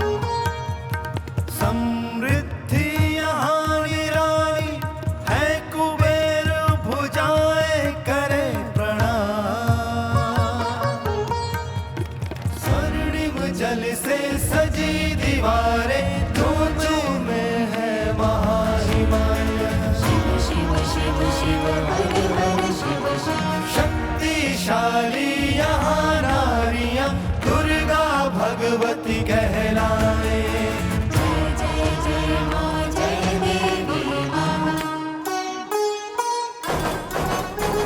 अयोध्या भूमि देव भूमि पुण्य करा अजय सर्वोत्तमा। अयोध्या भूमि देव भूमि पुण्य करा अजय सर्वोत्तमा। जय जय रामा, जय रामायोध्यापति श्री रामचंद्राय। जय जय रामा, जय रामायोध्यापति श्री रामचंद्राय।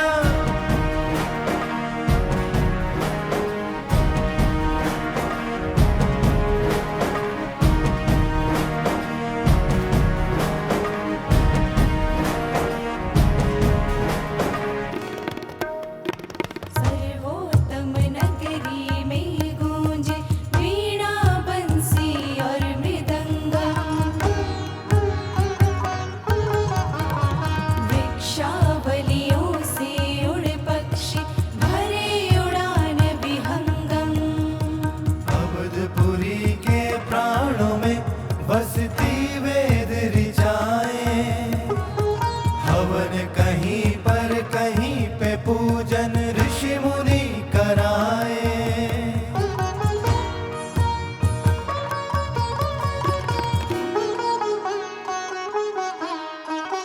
महापुरी की सेना का लोहा मारे दिग दिगंत। महारथी योद्धाओं में यहाँ कौशल दिखे अनंत। अश्वों के टापों की ध्वनि दुनिया सुन शत्रु भय खाते, अस्त्र शस्त्र बिन लक्ष्य भेद के लौट नहीं है आते। ये कर्म भूमि है धर्म भूमि, योग भूमि अयोध्या, यहाँ रामचंद्र ने जन्म लिया, भूलोक भूमि अयोध्या।